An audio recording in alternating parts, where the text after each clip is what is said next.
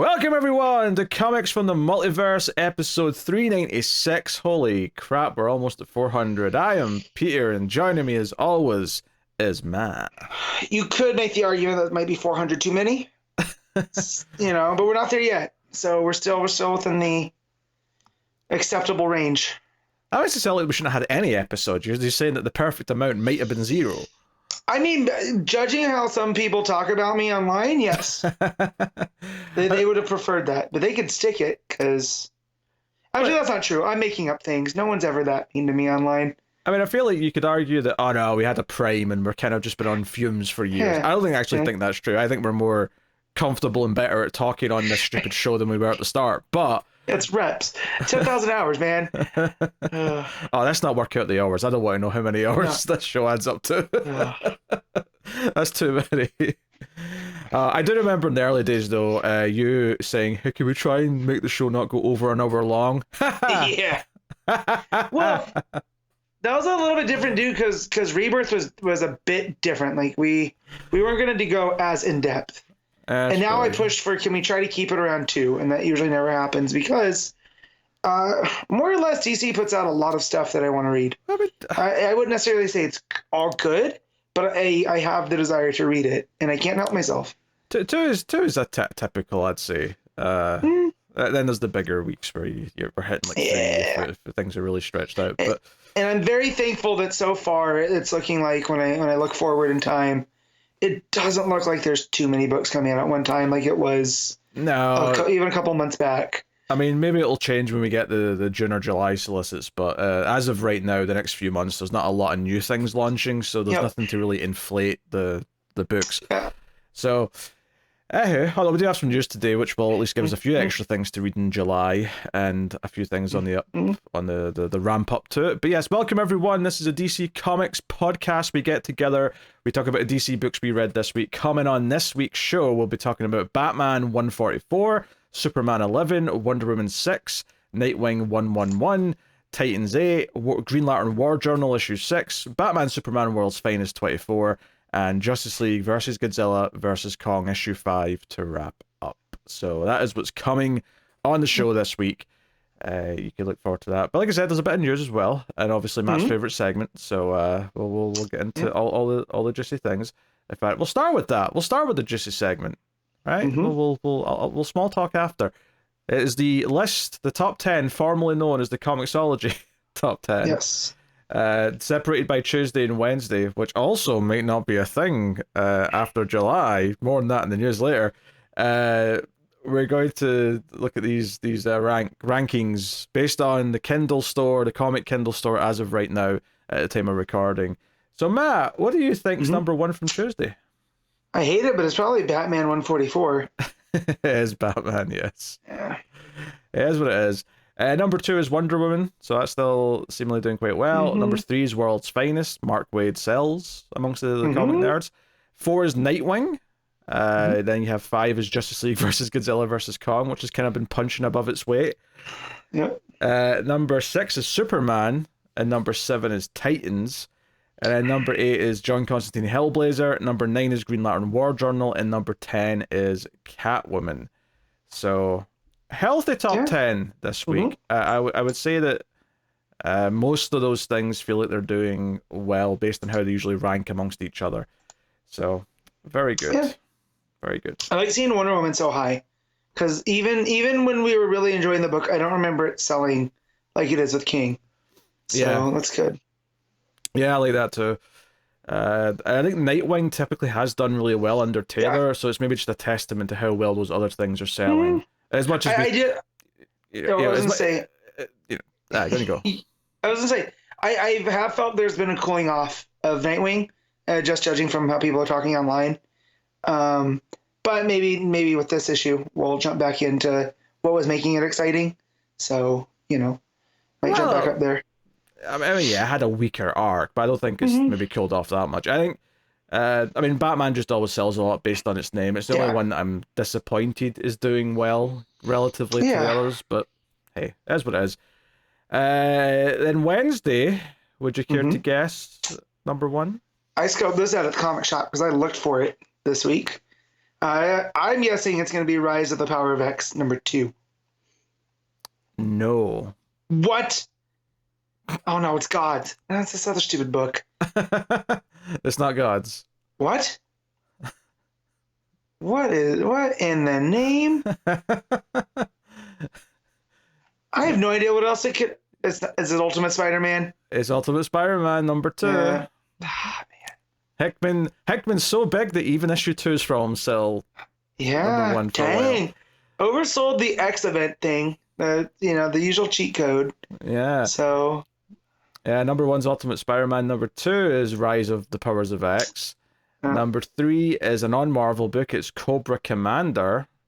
Hey. Yeah, people in America like G.I. Joe, I guess. Well, so I guess they're relaunching all of the toy brands under this banner. So that's why the Williamson Duke, the Daniel Warren Johnson Transformers stuff. This is also Williamson. So it's under the Skybound imprinted image, which was new because I think IDW had them before.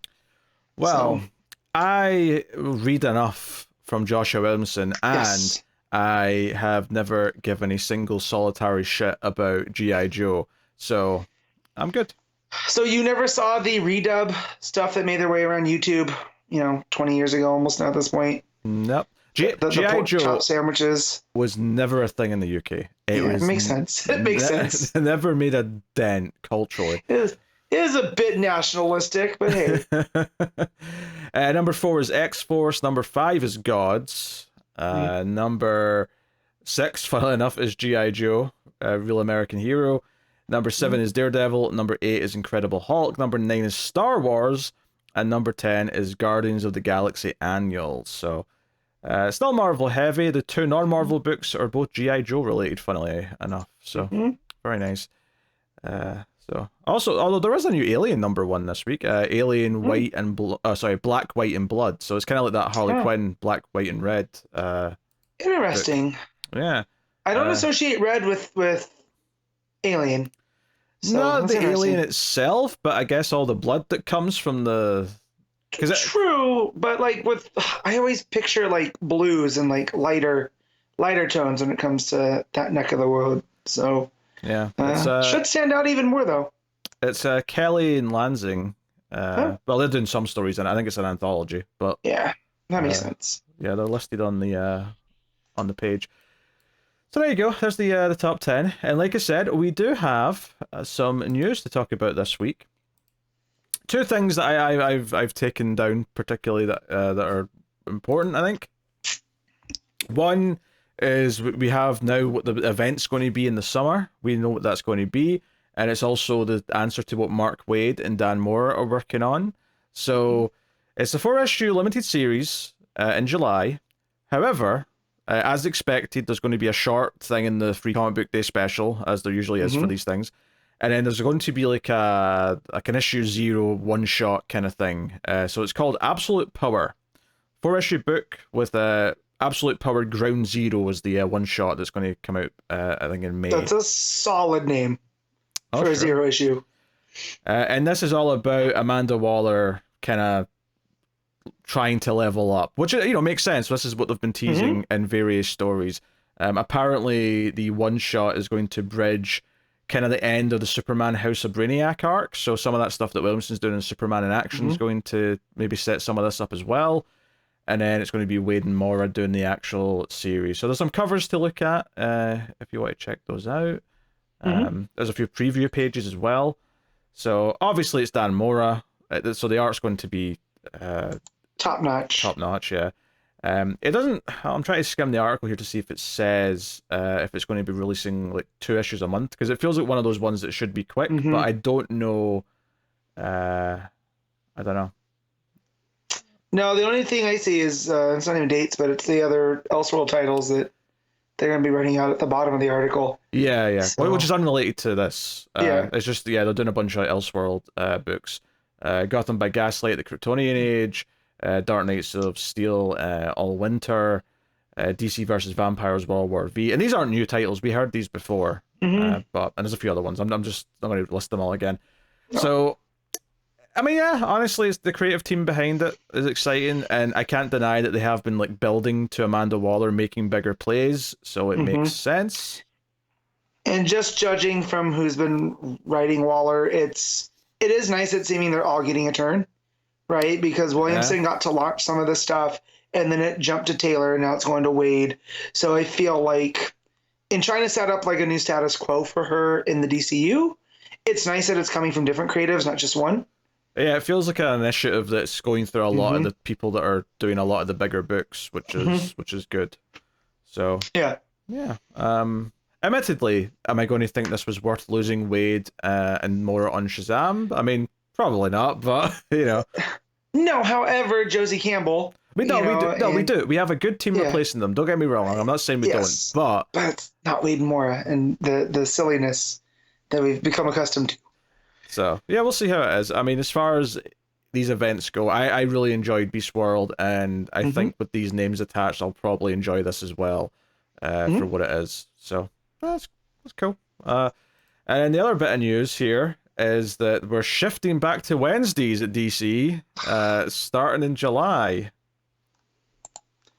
Gives me one less day to read.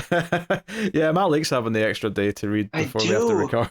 Like I can get Batman out of my system right now. You know, just read that, and then the rest of my week's great.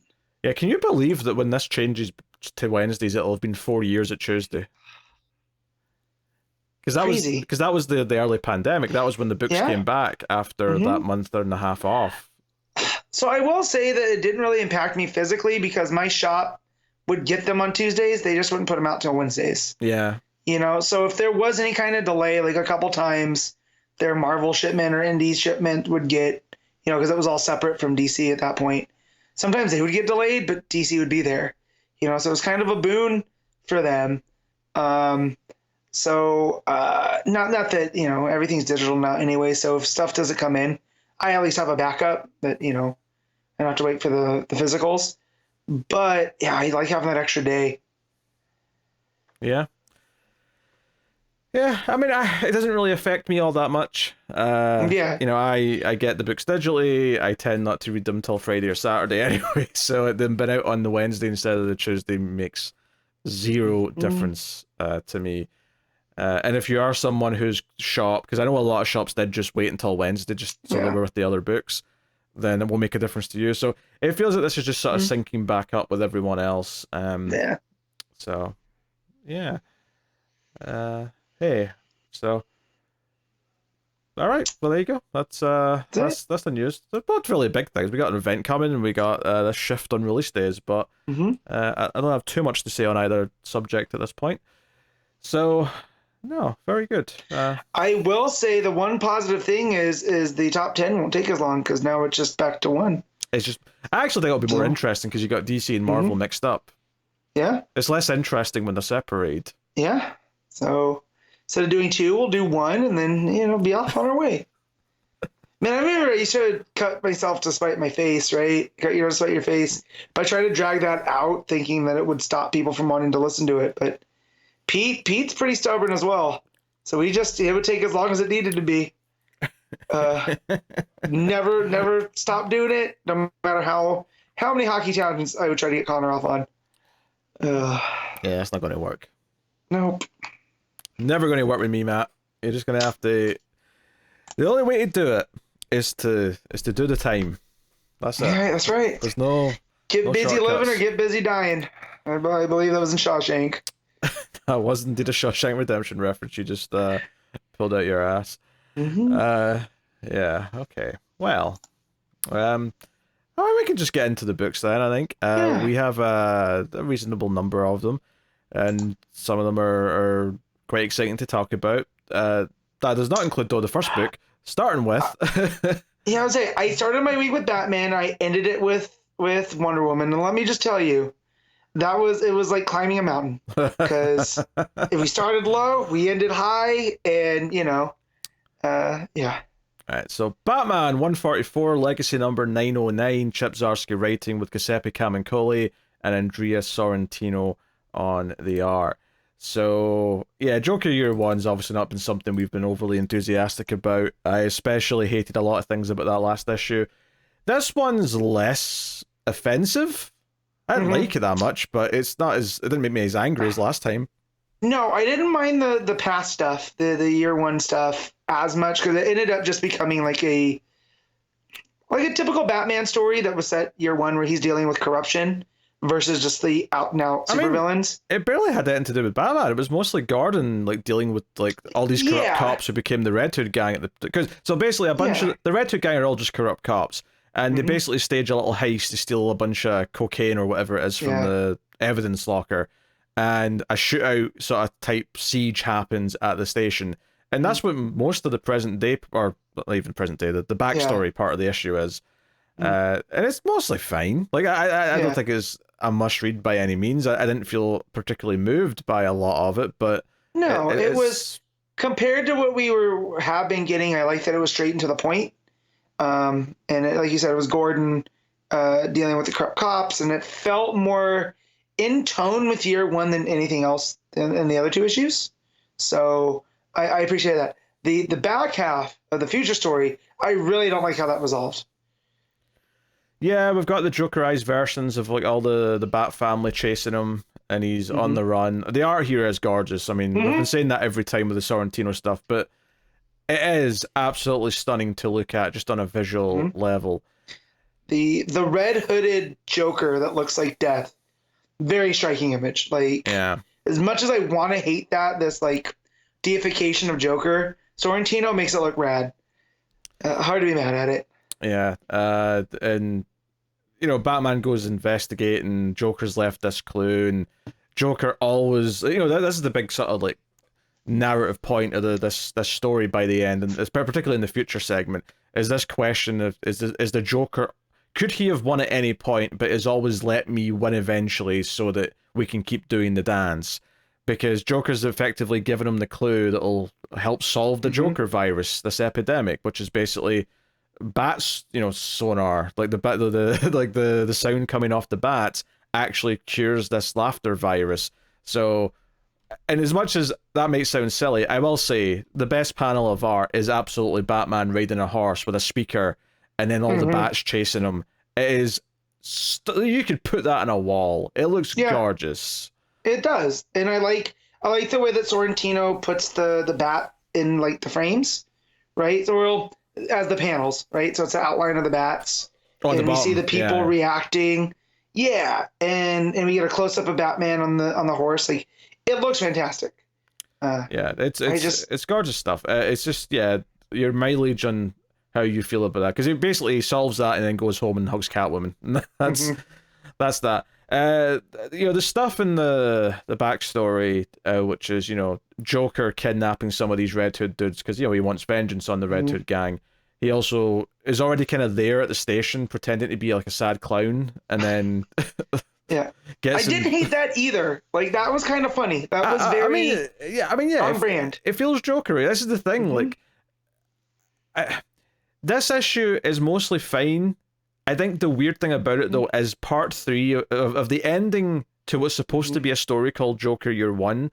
Nothing about this felt like, the Joker's now set up and defined. This was his tale of how he became the Joker, or how he left his mark the first time he left his mark on the city, so that they all would forever be scared of him. It just feels like a random enough Joker moment after a couple of weird issues of extra training and stuff that felt I don't know, I don't feel like I got a Joker, not even an origin. I don't want to say origin, because I don't want a Joker origin, but even a Joker's first story, I don't even feel like I got that here.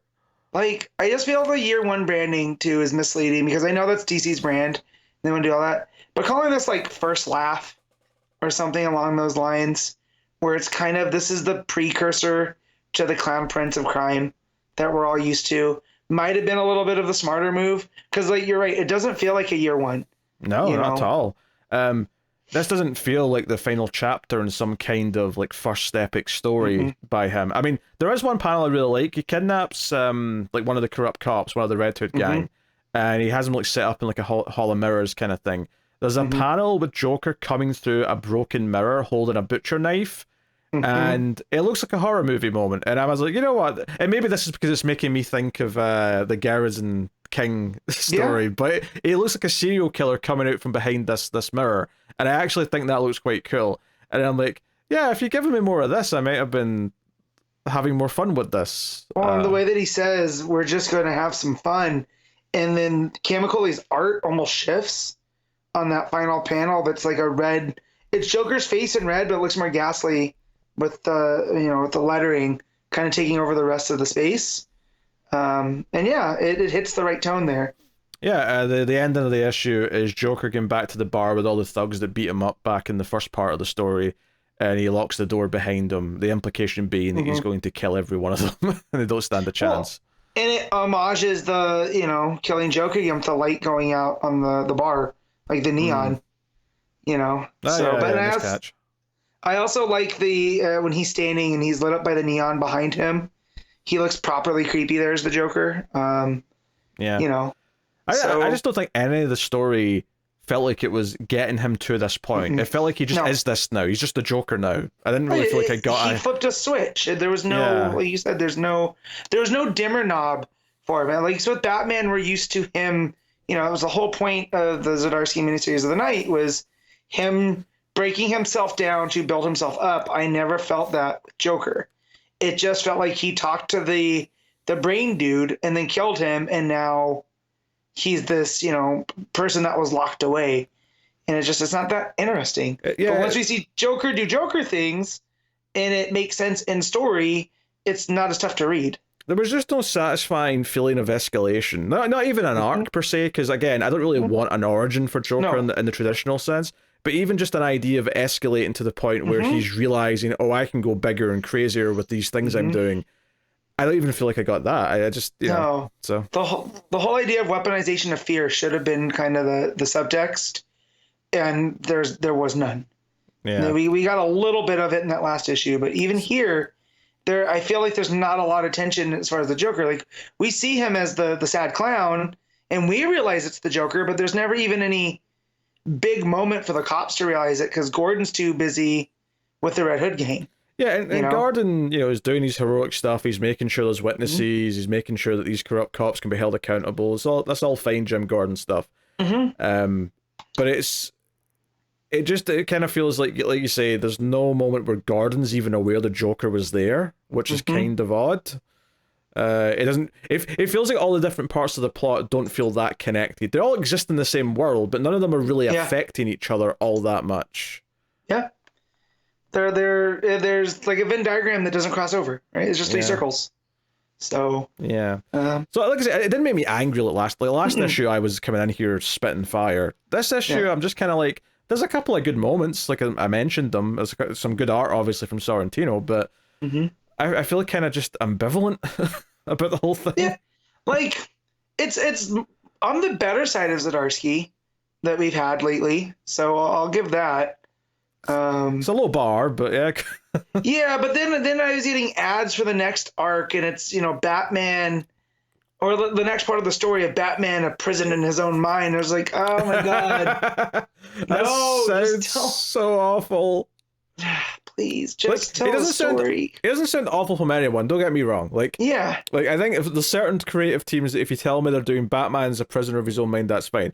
But I feel like everything Zdarsky's been doing on this book with the whole Zur-En-Arrh stuff, the meeting different versions of himself and different Jokers, different Zur-En-Arhs even.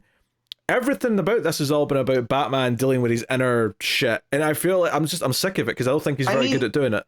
Yeah, even him versus Failsafe was a version of Batman, being trapped by his own devices. So I'm like, can we just have a villain that and that's what I kind of liked about this is we had the crooked cops. Like that's the bad guy. We want Gordon to stop him, and Gordon does, and it felt great. And then when you see Joker take revenge on them, that also felt great. So. I was just again low bar, but this was an improvement from I'd say even the last two issues. So I would agree with that. It is the best of the three Joker Year One issues, but that is the faintest of the praise. So Yeah, I don't think I've got anything to add, to be honest. I think that's all I've got. Matt, what are you giving Batman 144? I'll give this I forget what I gave last week's, so it's got to be a little bit higher than that. I'll give this 6.5. I'll give this. I'll go a 6. Yeah. It's either that or 5.5. I was kind of dancing around that area, but I think I was under a 5. I think I was like a 4 out of 10 I gave the last one. Yeah. So, you know. I know mine was low for me, but I can't remember if it was, I think it was a 5, because I the art really stuck up for it. I remember saying that, so. All right. Superman, issue 11, legacy number 854. This is Joshua Williamson writing with David Baldeón on the art. So, Superman came back from the Old West last issue for a little cliffhanger where it seems like the anti-Lex Luthor squad are already in the tower. So that's where we pick up, although most of it flashes back to, okay, here's how that happened. Here's, you know, how they get in the tower and what they're up to. And, yeah. So, I mean, how did you feel about this one? So, I will say it's more of the Williamson kind of stuff of I love the ideas, I don't like the execution. Until the longer it went and the more I started looking back at up the first 10 issues of this and seeing the pieces that were put into place and when they were, that I am appreciative of Williamson for sticking the landing somewhat, but it's still not all that great. You know, if that makes sense. Like, it's a well-told story that's still not that interesting, right? Yeah, so, I don't know, it's one of these things where he's throwing these developments at me, the big one being here, because this one kind of focuses on Lena, and she's asking about who she is, and the Lex holograms telling her that she's, oh, well, you know, you're Lex's daughter, but you gave her to Brainiac number whatever. 13. There you go, that's the one. Which was nice, which is something that I didn't realize. The Imperiac stuff is, I need to go back. Either I haven't read it or I've forgotten it. But I am familiar with a little bit. Yeah. But I had forgot all of this. Yeah. I mean, this was obviously a recap for everyone, especially those of us who I don't think have read it. I don't think I have anyway. This was like a nice little just summary of who Lena is and how she exists. And it sets up, you know, that the grandmother, Letitia, really doesn't like Lex and so on, which leads to the reveal later in the issue that she is actually the one that's kind of funding and like running this anti-Lex squad. She shows up in kind of Lex style armor and she's with the villains. So that's kind of your big kind of payoff here. I will say that reveal just kind of left me with like okay. I shrugged. Yeah. I was like, yeah, okay, whatever. Well, it made sense because when she showed up and she was so kind of anti-Lex, you know, again, this is what I talk about where he was seeding things, but it wasn't like, again, it's not that interesting, but at least it's well told enough that we're not like taken by surprise. Like, oh, why does his mom hate him now? You know, it was all very clear from the start.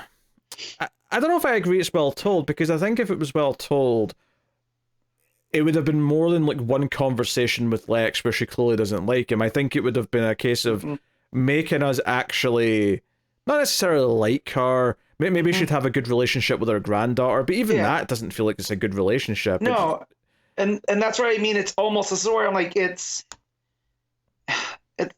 maybe well told's not the right term, but I don't have another piece of vocabulary. Because what I'm saying is that I think she's too thin a character. Because Letitia Luthor does not pop up often. I don't think I've ever read a comic book with this character before this run. No, and the fact that she lives on some private island in some far off place, that's the first time I've ever. She's a new entity, so there's no like dramatic weight to her just because her last name happens to be Luthor, which means some time should have been taken in this arc to really develop her relationship with her granddaughter and her son, and instead all we've really had is the scene in this issue where she's complaining again about him, and the initial scene where she showed up and complained about him to his face.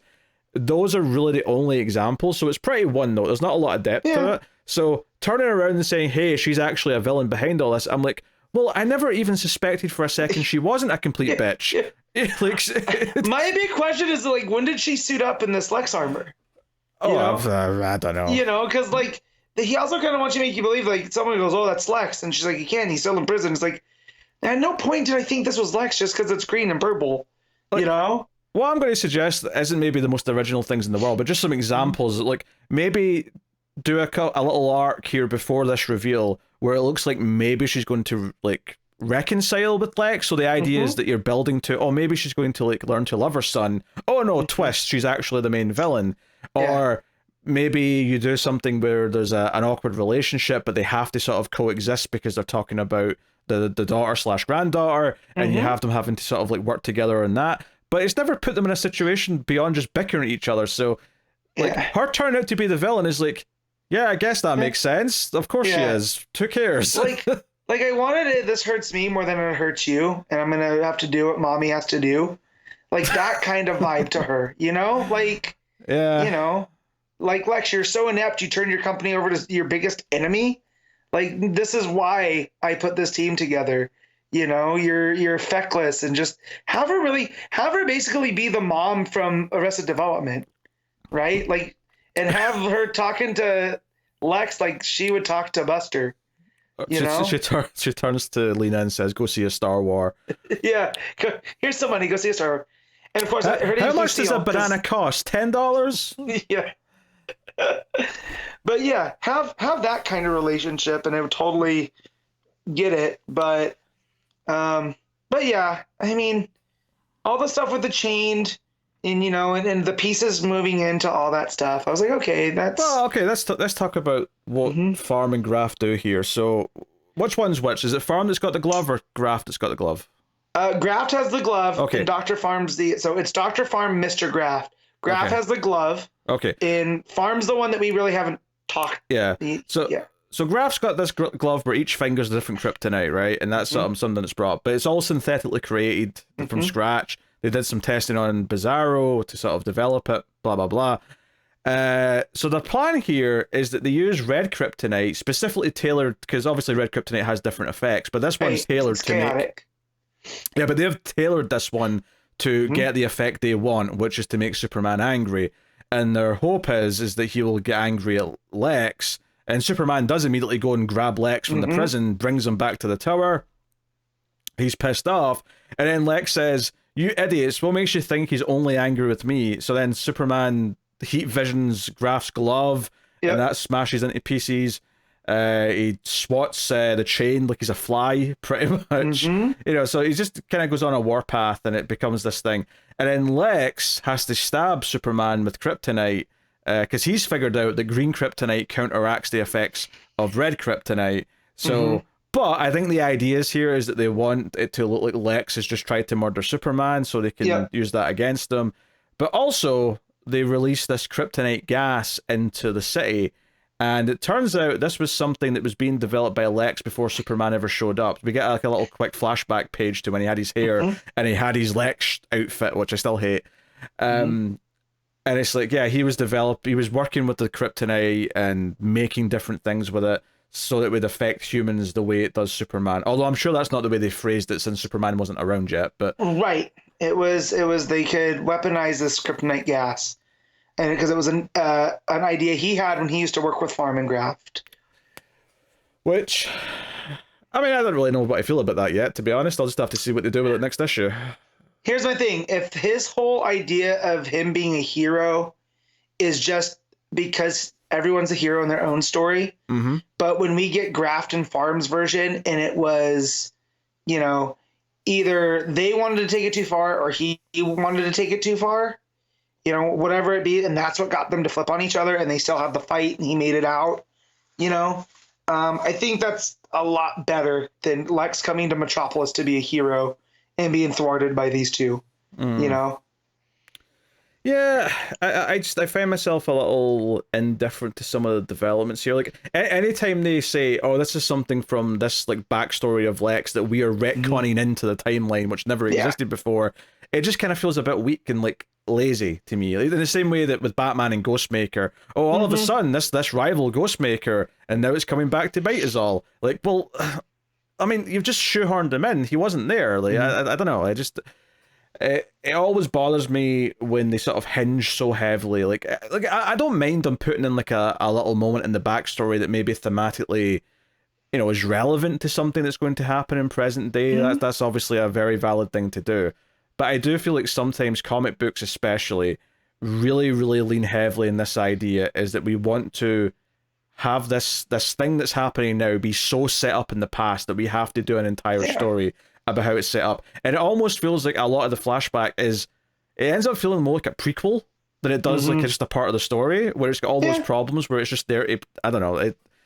It's something that no, that makes a lot of sense. But turning that part of this was a plan that he concocted with them returns Lex to that, he's ashamed of himself for all of this, and this is all his fault. So the idea that it's not just that they want revenge on like Metropolis, but specifically for Lex, because I feel like whatever this plan was, altered their, but they look pretty villainous in the past anyways, but maybe it altered them going forward, because it looks like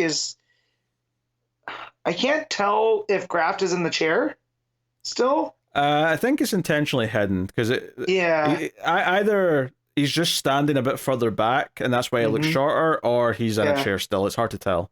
But like if that's like the reason that Lex is, that they want revenge on Lex because Lex left them in these other states and it's taken them this long to formulate this plan. I can be okay with that. I mean, I feel like there's not a reason so far. There could be down the line, right? Yep. But there's not a reason so far why this backstory couldn't be set after Superman appeared, right? Where this is and the reason why he's working so much with Kryptonite and with these shady characters is because he's trying to find out ways to bring down Superman. Yeah. And it could still have this relevance of all these things I've done in my past to try and like deal with you have, made a lot of demons and buried a lot of skeletons, and this is coming back to bite. I think it would make more sense to me that way. I think saying that all this was happening before Superman feels a bit weird, and maybe there'll be a reason by the end of the story why it's important that it's before those days, but I don't know. It's all a bit weird to me. I'm wondering with the time travel element that, they sent him to the past, sent Superman. I wonder if that's going to come into play where we'll get like a paradox kind of thing to where they only know about Kryptonite and stuff is because of Superman showing up in the past, and if those younger kids that look like Grafton Farm weren't actually them, they were the descendants. You know what I mean? And like they'd heard about this man that could fly, and from back in the day, because it's still a weird thing that I'm still trying to place that whole story outside of Maryland Moonlight. Like, where does that line up in the overall run that Williamson's going for? It does feel like there's more to be revealed still. We can't like completely explain it yet. But I will say I do like the Smallville logic of the green kryptonite knocking out the effects of the red kryptonite. That felt, I mean, you're rewatching Smallville. Is that unfortunately? Am I imagining that? Like, I feel like that was a plot thread. It's not. I mean, it's not counter. They've used green kryptonite to like hit him when he's on red kryptonite to like subdue him, but. I mean, I like consistent rules for stuff like Kryptonite. I am all for there being like a Bible at DC where like, no, these are the rules. This is how it works. Like, if you want to say that you can heat up green Kryptonite to turn it to black Kryptonite, I'll accept that, but just be consistent with it. Right. No, that makes sense. And just the fact that it's synthetic too, and Lex stabs him like in a pretty non-lethal area, right? He gets him up in the upper pec. It's not that, you know what I mean? So there's that. But I do love the Angry Superman panels like a lot, just because Baldeón's art is a little bit cartoony, right? And so it's kind of like over in Marvel when they draw Hulk and he's like completely just like these rippling muscles, and it adds just like this extra layer of physicality. I feel that here too with Angry Superman. Like there's this extra level because he's angry in the way that he's drawn. And some of the stuff's funny, like the way that he smacks away Farm and the Chained, and then when he goes after Luthor, like there's almost like a zaniness to it that I don't know if it was intentional, but it kind of made me chuckle. I think I like the layouts, and I think there's good momentum to the panels. I think the actual art itself, I would say I'm lukewarm on. I don't know if the style is just quite for me ultimately. In the non-action sequences, the faces look weird, and I noticed like Mercy and Lois almost have the same face, just with different hair lengths, and I think that's just the style. And normally I could excuse it, but like I don't know, when everything's in motion and there's kinetic energy to it, it looks fine. Yeah, you're right. Actually, I'm looking at the page where Lois just came in, and they're like standing around the computers, and they're both looking towards the camera, as it were. They have the exact same mouth. Yeah. Yeah. Okay. So and when they're looking to the right, with the red background behind them. Yes. It looks So. Yeah, but other than that, like, it probably doesn't help to keep having them both look in the exact same direction. Yeah. So, but I will say the action art is pretty good, and I think like the character designs fit pretty well because I already thought Mr. Graft was kind of ghastly looking. I think Baldeón's Graft is even more. Very very ghoul-like, not quite a zombie, but feels very undead. And I don't know if that's necessarily what they're going for, but I think it works. But yeah, some of the faces, some of the other things, it's hit or miss, but it's still, it's still serviceable. No, it's not bad art by any means. It's just I don't think it's necessarily completely clicking for me. Like I said, I think the sequencing is good, and I think everything flows really well. And I do think the book overall is a very easy read, both in terms of its writing style and its art. I just, the characterizations and some of the ideas and the build that's been paid off here, I just none of it's kind of hitting me like strongly. Like I'm not angry at this the way I am at some of those year one Joker issues. This is just, it's kind of just okay, and it's what we've said about this basically since he took over. It's fine. It's Williamson. It's fine. So all right, Matt, what are you giving Superman? I'm gonna give this a 7.5. I think it's a 6 for me. Okay. So you put it even with the Joker year one finale? I think I do. I think this is typically around a 6 or a 7. This is kind of like hovers in that range. Okay. I think some of the moments in that last Joker year one, I think some had some standout moments that are better than anything I liked in this. Whereas this is more just like a 6 through. This is like yeah. I know you're upset that I'm rating Superman equally to that, but it's okay. This landed with me more than it landed with you. So clearly, that's fair. Yeah. All right. Wonder Woman issue 6, legacy number 806. This is Tom King and Daniel Sampere on the art, and this is paying off the fact that they built a team of villains to come after Wonder Woman. I kept waiting actually in this issue for the Wonder Girls to show up, and it never happened. So I'm wondering what they're saving those for. It kind of did. Oh, it kind of did? At the end of the fight, someone comes and grabs Steel, Sergeant Steel. Oh, that's true. That's true. I don't know if that's them though. That's maybe to be determined. It looks like bracelets. Yeah, it looks like bracelets, like Donna wears. Okay. So. Because I thought the same thing. I'm like, where are the Wonder Girls? Why aren't they like? I know the whole point. This is like the trials of Diana, and it feels very myth making that she fights all of these villains, and it's this big hero moment, like the labors of Hercules or any other stuff from mythology. But I kept waiting. I'm like, isn't the whole point of their sisterhood is that they're stronger together than Diana is alone? And maybe it builds to that. It makes sense that they're smart enough that they realize that the villains will be too distracted fighting Diana that they won't even realize that some other allies are doing stuff. Like I totally get that. So this issue takes place around the Washington Monument, and Diana's talking to Steve. Steve ain't feeling so great, but it's partly because Dr. Psycho is beaming in some thoughts, and he even beams in some thoughts into Wonder Woman at one point. Which we'll get to that moment, but he beams into Steve, and Steve's like, they're coming, and then glorious full page reveal of a gigantic hand smashing up from underground, and the whole time, of course, the Sovereign is like narrating, he's telling the story to Trinity, and he's explaining, okay, how did we get her under there, because that's quite tough. Well, Cersei used magic to put her under there. Okay, fair enough. It's magic. We had to do some really arcane, nasty things to make it work, and you're like, oh. All right, the Sovereign's creepy too, on top of everything. Yeah, I mean, I'm sure we'll be praising the art throughout, but did you like the page of her transforming where it's like a yellow box, a red box, and a blue box of her spinning? The freaking spin. Like, in the Wonder Woman colors on top of it, Yeah, and just it. Plus, she looks cool with sunglasses on. Like Diana really pulls it off. And then just her looking, very very much. I wonder, as I know, like I know there's some comic artists that are wrestling fans. She reminds me of Statlander here at the bottom, right? Just the big shoulders, just looking like a woman that can really throw a forearm. So yeah, so we get this fight scene playing out with Giganta. Obviously Diana's trying to talk her down as she does. And I think one of the things I really liked about this is that obviously all the villains kind of like get involved in some capacity one by one.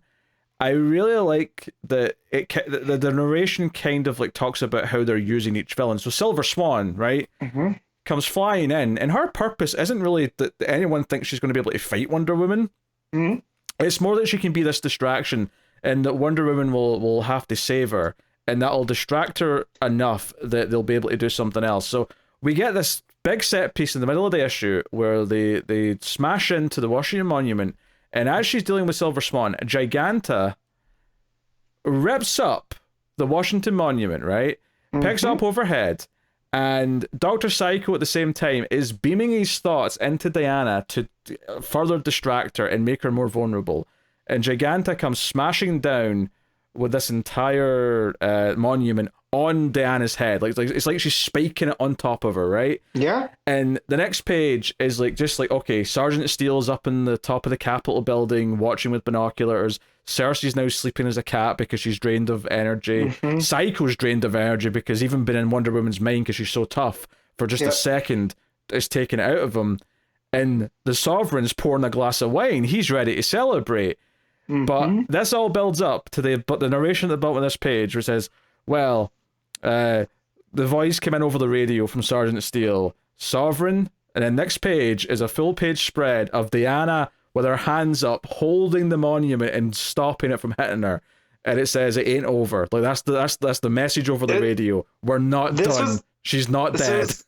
A fist pump moment. This would be me. If this was a movie, I'd be on my feet in the theater. Oh yeah, and my wife would be yelling at me to sit down. You're embarrassing yourself. You could imagine like the main theme of a movie, like the brass of the main theme hitting a second it reveals that she's pushing against this thing. It's such a badass moment. This is the sort of thing that's made this run. Like it has all the character building and the intrigue and the idea of building the legend of Wonder Woman, but it's these moments in the art where it builds to these payoff moments. Because issue 1 had that thing where you don't see her the whole issue until that moment she turns around and dodges the bullet, or not dodges, deflects. Sorry, is the word. Deflects it. Yeah. This is kind of similar to that. This was such a fist pumping moment. I was so into it, and then she pushes the thing all the way. But you get these great, like red, like empty boxes that just kind of like frame the action as the monument's flying towards Giganta, and like sort of lands on her. Really good stuff. And what they didn't count on too, what I like about the Sovereign and the narration was, they were going to use Silver Swan basically as a distraction. They didn't care if Silver Swan died. Yeah. Right? She was expendable. But to Diana, because Diana has so much compassion, especially for somebody like Silver Swan, someone that she knows, right? Because she calls her Vanessa. She doesn't address her as Silver Swan. She addresses by her actual name. What they didn't count on is that, like, yeah, if Diana was fighting for herself, the monument might have hit her, and that might have been the end of the fight. But the fact that she was standing up for her friend Vanessa... She was protecting someone else, and that gave her gave her the boost, and that's what they didn't count on. Gave her the determination. I like that a lot too. I think that added a lot of emotional weight to it. I mean, it was a really cool, badass moment, but that added this extra layer of like, okay, this is really setting up who she is as a character and reinforcing it. And then it shows me that King is, as much as this is a story that is, there's the political intrigue and stuff, it's also building the legend of Wonder Woman in a way that we haven't had in a while, because we've been told Diana's, she's the princess of the Amazons, and she's this person from myth. And I mean, even in that arc where she died and came back through the God channels, right? This makes her seem larger than life than any of those things did, right? The way that she's able to stop this giant from dropping the Washington Monument on her to save somebody, this is a pretty seminal moment in Diana's history going forward now. This is what happens when someone is writing a story about a character wants to make them feel important, but understands how to do it. And it's something that happens every so often with every big DC character, every Marvel character too, I'm sure as well.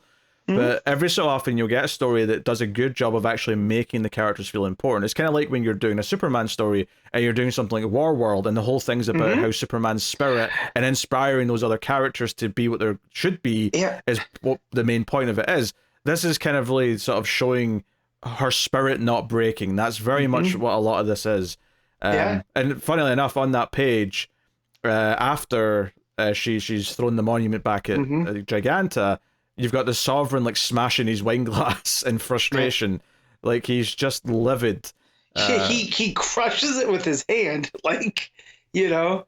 But I also like on that bottom of that page that you talked about where she throws the monument at Giganta, and it says, "We can say all these years later, like all we can say all these years later is that she was Wonder Woman, and that was quite enough." And I feel like that's the tag on this first arc. Is she is Wonder Woman, and that is enough. You know, that is just like her bare minimum is better than everybody's full capacity, you know? And then the last hurdle, if you will, shows up in the form of Grail. And they really sell Grail as a big deal because Diana looks up in the bottom of that page and looks like, oh shit, like after all this, I've got something else to deal with. And it's Grail walking towards her. And it feels like, you know, two titans coming to meet. And the fight scene takes place over several pages. The narration mentions casually at one point that they fight for over an hour.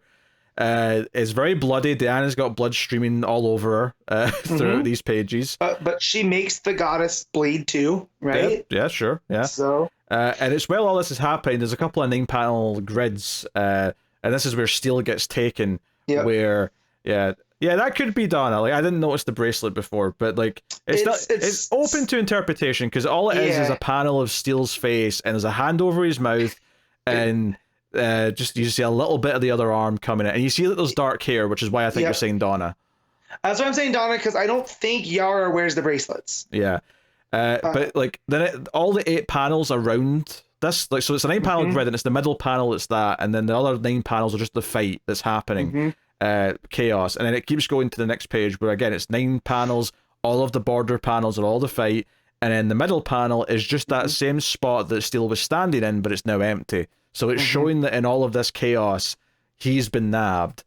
But yeah, fun stuff. But yeah, the fight's really good. Even the final blow is a good bit of fun where at the start of the fight Grail chose to throw down her weapon because Diana didn't have one because she wanted a fair fight. But towards the end, she goes to pick up the weapon to do the killing blow, and there's a great, almost full-page spread of Diana just punching her straight in the face, which is very satisfying. While saying no thank you, which I yell at my dogs all the time, so it's very funny. But Diana like collapses to her knees in the pouring rain, the blood streaming down her, and then collapses on top of Grail because this is all taken out of her. So it feels like an epic fight. Like I think some comic books obviously like really focus on like a fight scene for most of the issues sometimes, depending where they fall in the arc. A good example is maybe that last issue of World's Finest, not this week's but last month's, where it was kind of a weak issue overall because it was fine, but it was mostly just all this fighting that didn't really have much rhyme or reason to it. This was so well structured and it built to crescendos. Everything had stakes. It felt like the narration was revealing more things at just the right time to make the fight itself feel more epic. That moment where you realize she's deflected or blocked this, you know, killing blow with the monument feels like a huge big deal, and it really props her up as feeling really special. All this is really good. It is worth mentioning here that they point out that issue 8 is going to be kind of like a fill-in issue, and they'll be back for the next arc. So interesting. Very interesting. We'll see. I also want to talk about real quick in this final section of the fight where go on.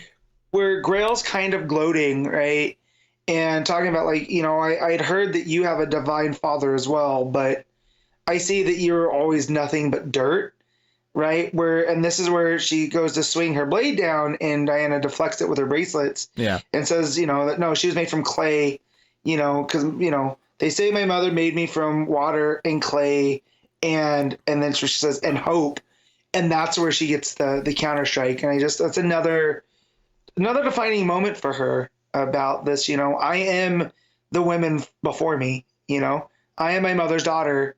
You know, I'm not just, you know, I'm not a demigod, right? I am Diana of Themyscira, and it just makes for this great moment. You know, for when she finally kneels down and collapses on top of this god. You know, like yes, Grail's half Amazonian, but you know, she's also Darkseid's daughter. You know, so for Diana to do this, you know, after everything she's been through, you know, to use that as her rallying cry, that hope is what drives her, is a real fun moment. Yeah, I just love the moment of her, like, sort of, like, almost just sitting in the rain to let the rain wash off the blood. It's just a really, like, the art throughout this, I mean, we've mentioned some of the bigger moments, but, like, I think Sampere's obviously got a very pretty art style to look at, but I think one of the things that really sells it is just how good the acting in the faces is. Like, between Diana herself being concerned or worried during certain moments of the fight or showing determination, but even just like Steele's like smug look in his face as he's watching this, or the anger on the Sovereign's face, or like everyone is emoting, everyone is like helping tell the story with their with the art and their facial language and the facial expressions. It's so good. You could definitely do this as a silent issue with just the sound effects, and you still get the point across. Yeah, you know. Although that's the thing, is the narration, the you know, the story that the Sovereign's telling, it also adds so much. Like, I like every element of this book. Like, no part of it to me feels like it's not contributing to the overall feeling that it's creating, which is for sure. Great. Yeah, because sometimes you read a book that's really good, you're like, yeah, but there's that one element that I could have just lived without that, or it's just, you know, it's harmless, but it's not really adding anything to it. I didn't feel that with this, and I've typically not with this run so far. This is technically the end of the first arc. Obviously, it's not the end of the story, but it's, you know, this is where they'll cut it off for the first collection. And the thing with the coloring too that I noticed in those 9-panel grids, that it's basically everything that's kind of a blow for Grail is kind of tinged with red, but everything that's a blow for Diana, it's got a yellow to it, and so I love that storytelling via color too. Yeah, that's fun. And then also the last panel in that first 9-panel grid, where Diana knees her in the face and the chin, it just goes to complete solid yellow and red. It's like a silhouette. So like, I thought that was going to be the KO because that's how video game fights end, you know. So the fact that it kept going too, I was like, oh man, okay, cool. This is just top-notch work. The second 9-panel grid, there's a panel at the bottom where Grail's just holding Diana up by her hair. She just sort of like grabbed the top of her hair. And I don't have anything to say other than it just looks really good. It looks so goddamn good. You feel the physicality in this fight, as you know, through those type of panels. It feels brutal, you know? And I wouldn't say like a lot of these villains that are teaming up here, like they're all various levels of like, oh yeah, I know them from Wonder Woman stories gone past and whatnot. Grail's probably the one that I care about the least. Yeah. But like, again, it made her feel like a big deal in this issue. It's the fact that she's the physical threat that's being brought in when, you know, Diana's been mentally exhausted, right? This was meant to be the Sovereign's Bane moment where Diana's been broken. This was supposed to be the back breaking. But no, Diana perseveres. You know, Diana's stronger than this.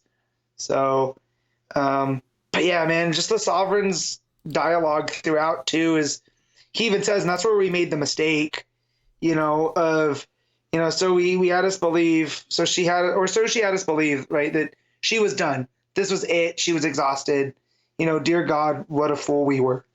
So even though that it seems like Diana, you know, she's passed out, she's done this, it's like, oh no, we completely underestimated her even at this point, that they took all the heavier hitters, but Diana still has bigger parts of her story to come. Yeah, so, and if it is the Wonder Girls that took Steele, that makes me think that when we get to the next like arc, it'll be more about Diana and the others going on the offensive. Like up until now, everything's been very reactive to what everything else is causing to them. I wonder if this is them being proactive now, getting into the next arc. So, very cool. So this next story sounds like a lot of fun. So it says, we take a break next issue for Wonder Woman, Superman, and the Space Mall. So I jumped ahead, and I don't want to throw a wet blanket on anybody. It's still Tom King writing, but do you know who's doing the art, Pete? Oh, God. It's Gilliam March. I knew you were going to say Gilliam March. It's always Gilliam March. Well, do you know what? I'm glad they're not doing the next proper issue then with him. I'm glad that it's like a month off for Sampere to like catch up and, you know, keep him on the actual main chapters. I wish it was someone better to fill in, obviously, always, but yeah.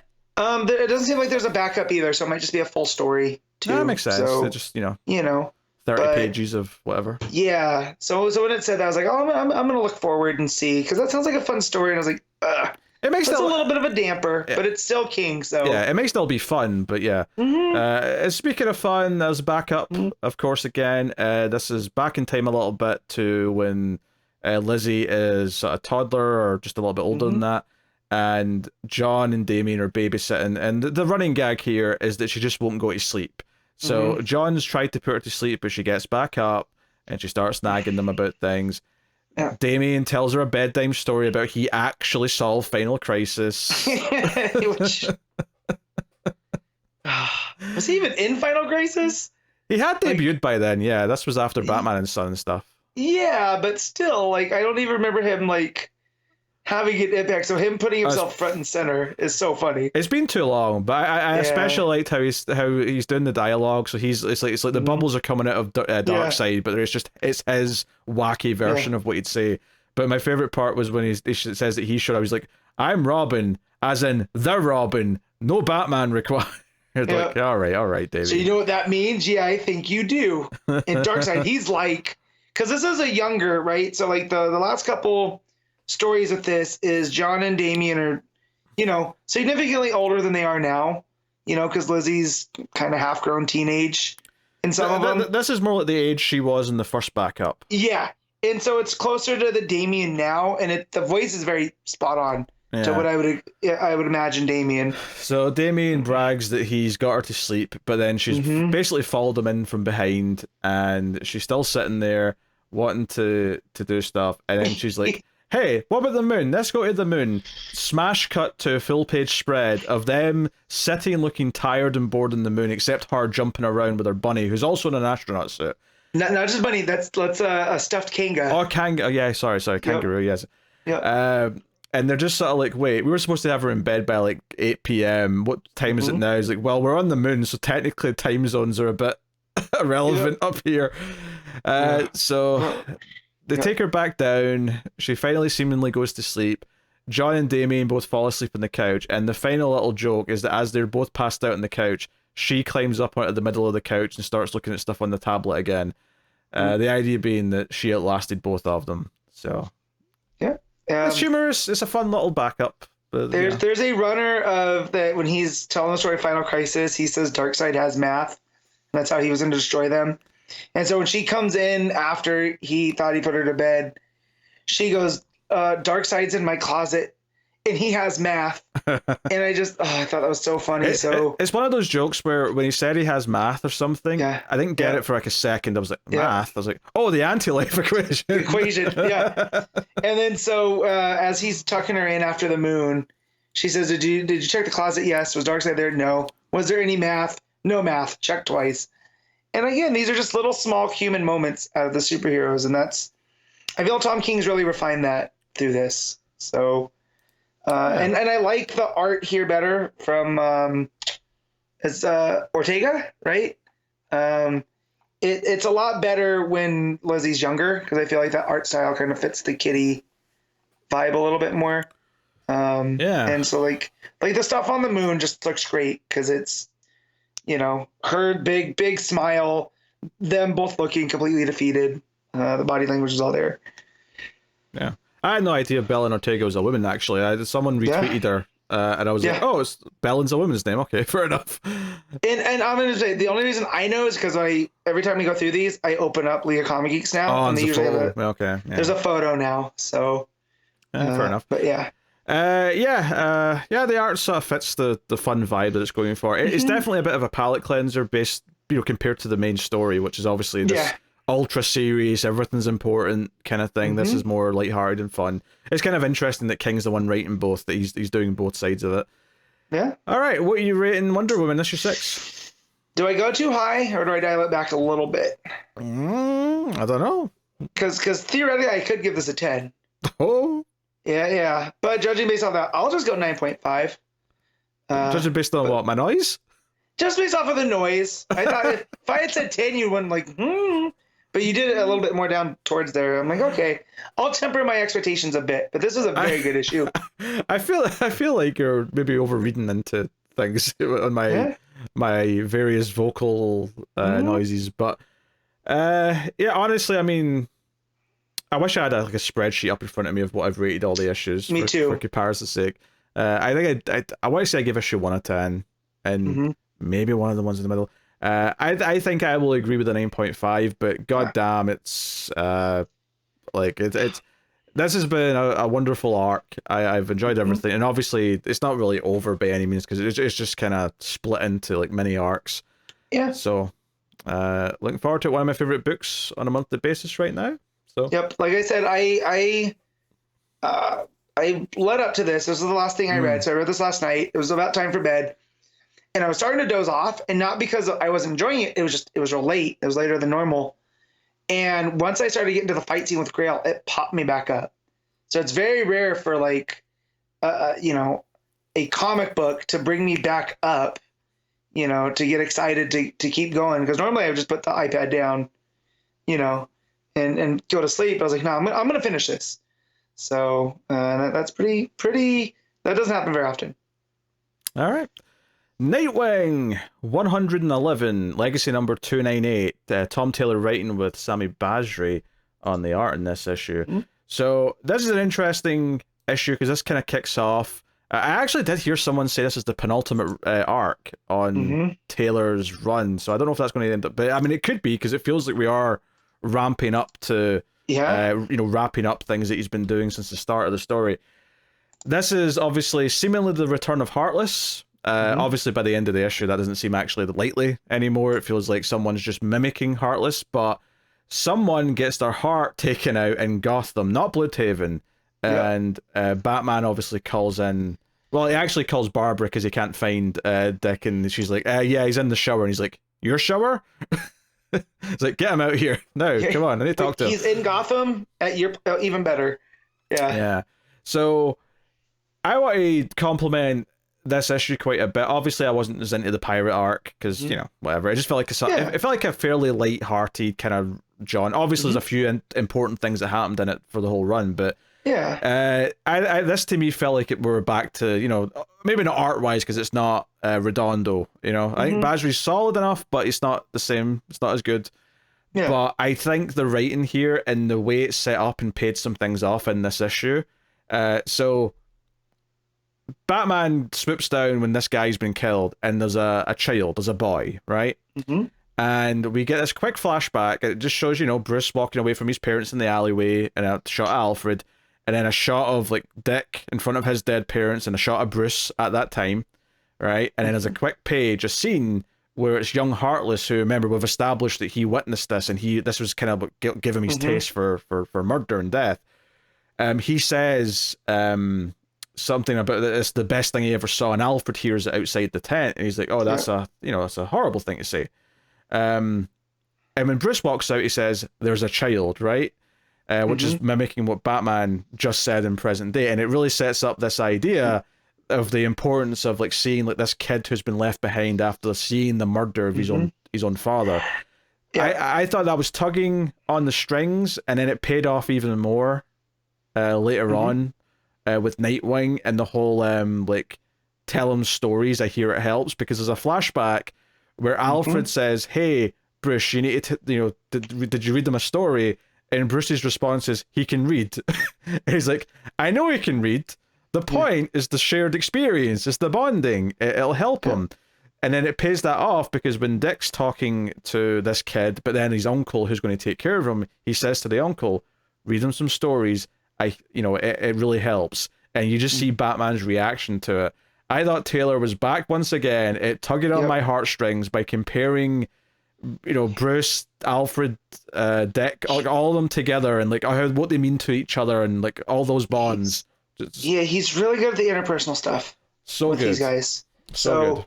The whole thing too, and when Alfred kind of guilt trips Bruce, where he's like, I remember a boy who couldn't fall asleep unless I was in the room. My back still remembers all those nights sitting next to your chair. And Bruce apologized. He goes, no, I'm not saying that to make you feel bad.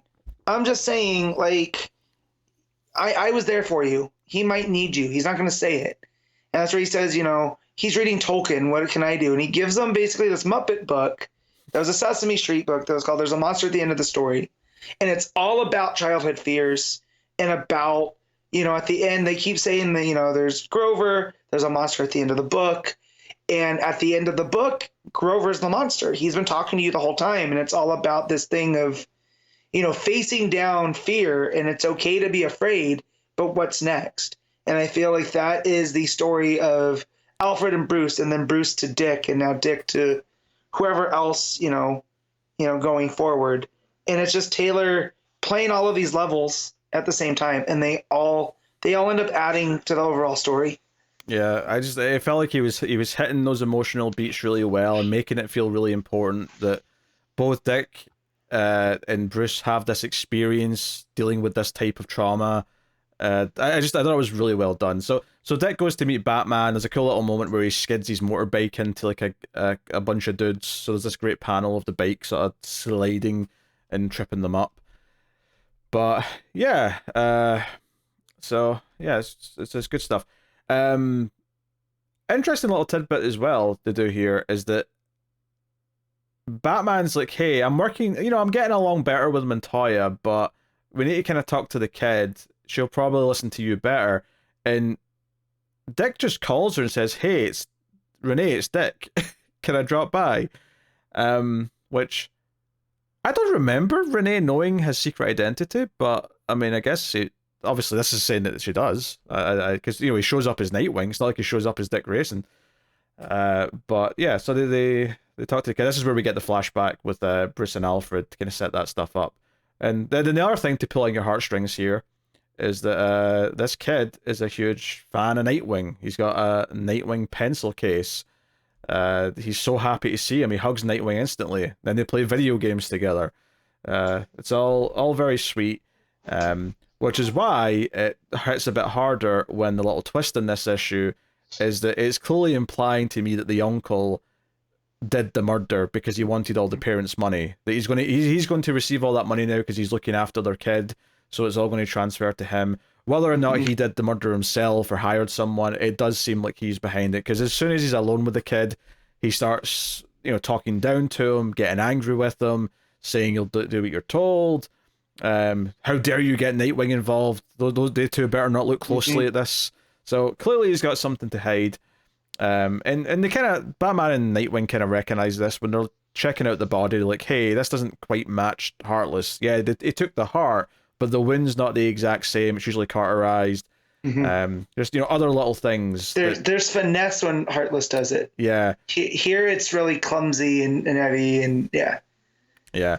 So it really sets up, and the final panel of the story is the uncle dragging the kid by the arm really roughly, and you can just see the Nightwing pencil case in the foreground. So it's, it really sets up that I think this book does a good job of making you want them to save this kid. Like, they've given you a victim here that I think we care about in one issue, and that's really good. And compare that to what I was saying in Superman about not giving a shit about Lexi's mother and her involvement, despite her being around for a few issues.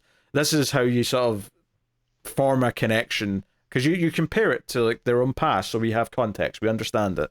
So right. Yeah, I like too when the whole thing with the kid, you might have said this when I had to deal with whatever we were dealing with, but it was when he goes, you're on my pencil box, and so the last thing you see is that pencil box with Nightwing on there. And another thing that I like too with the art is that the uncle, when he's talking to Nightwing at the police station, you can see his eyes, and he looks, like he's in over his head. When it goes to the kid and you're getting the kid's perspective, there's no eyes coming behind there. It's just the glasses, and it's almost like his mask is off now, right? Like, this is who he really is. And I thought that was a nice touch there with the art. Yeah. Basri's, fine artist, not my favorite by any means. Certainly, I would love if this was Redondo. I know Redondo's coming back for the next arc, the one that's starting in May or June, whatever solicits we just got. he's back for that. Obviously, we're doing this little 3 or 4 issue arc right now in Gotham. But I thought this was a really solid issue. It felt like it was back to like dealing with the core ideas of the run. It does bring up again that Nightwing has gained this fear of heights. There's a moment where Batman goes to grapple, and Nightwing's like, "Yeah, I can't really do that right now." And Batman's like, "Oh, we'll take the stairs then." But it's kind of like, how long has this been happening? Why didn't you tell me? And he's he's like, Nightwing basically just says, "Oh, you were in the middle of a turf war, and there was like the whole Beast World thing. Like, it's not really been a whole lot of time." So we're establishing all these things and continuing them, building up to the Heartless stuff. So that was a really good issue. I thought it was back to like dealing with the main things that we care about and sort of hitting those emotional beats that Taylor's been doing since his very first issue. It feels like we're back on track to me with this.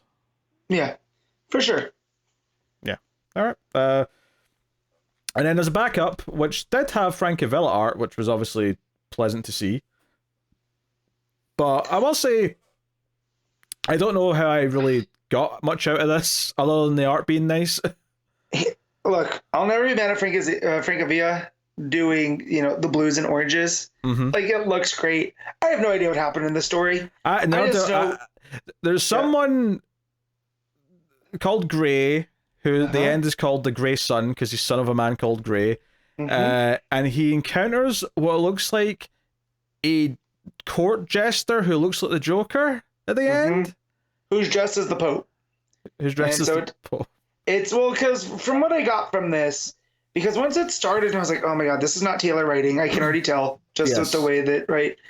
And it's in 14th century Normandy. And so they're talking about like this attack that had happened and that there's a virus that's not the plague going through the countryside. And it compares this virus to revenge. And you see this guy grab like a halberd, and he sees the wagon that he was living in, which I think is supposed to be like the like a caravan, and that's like it's tying it back to the circus. But I'm like, if this is supposed to be about how the Graysons got their name, I don't necessarily need it.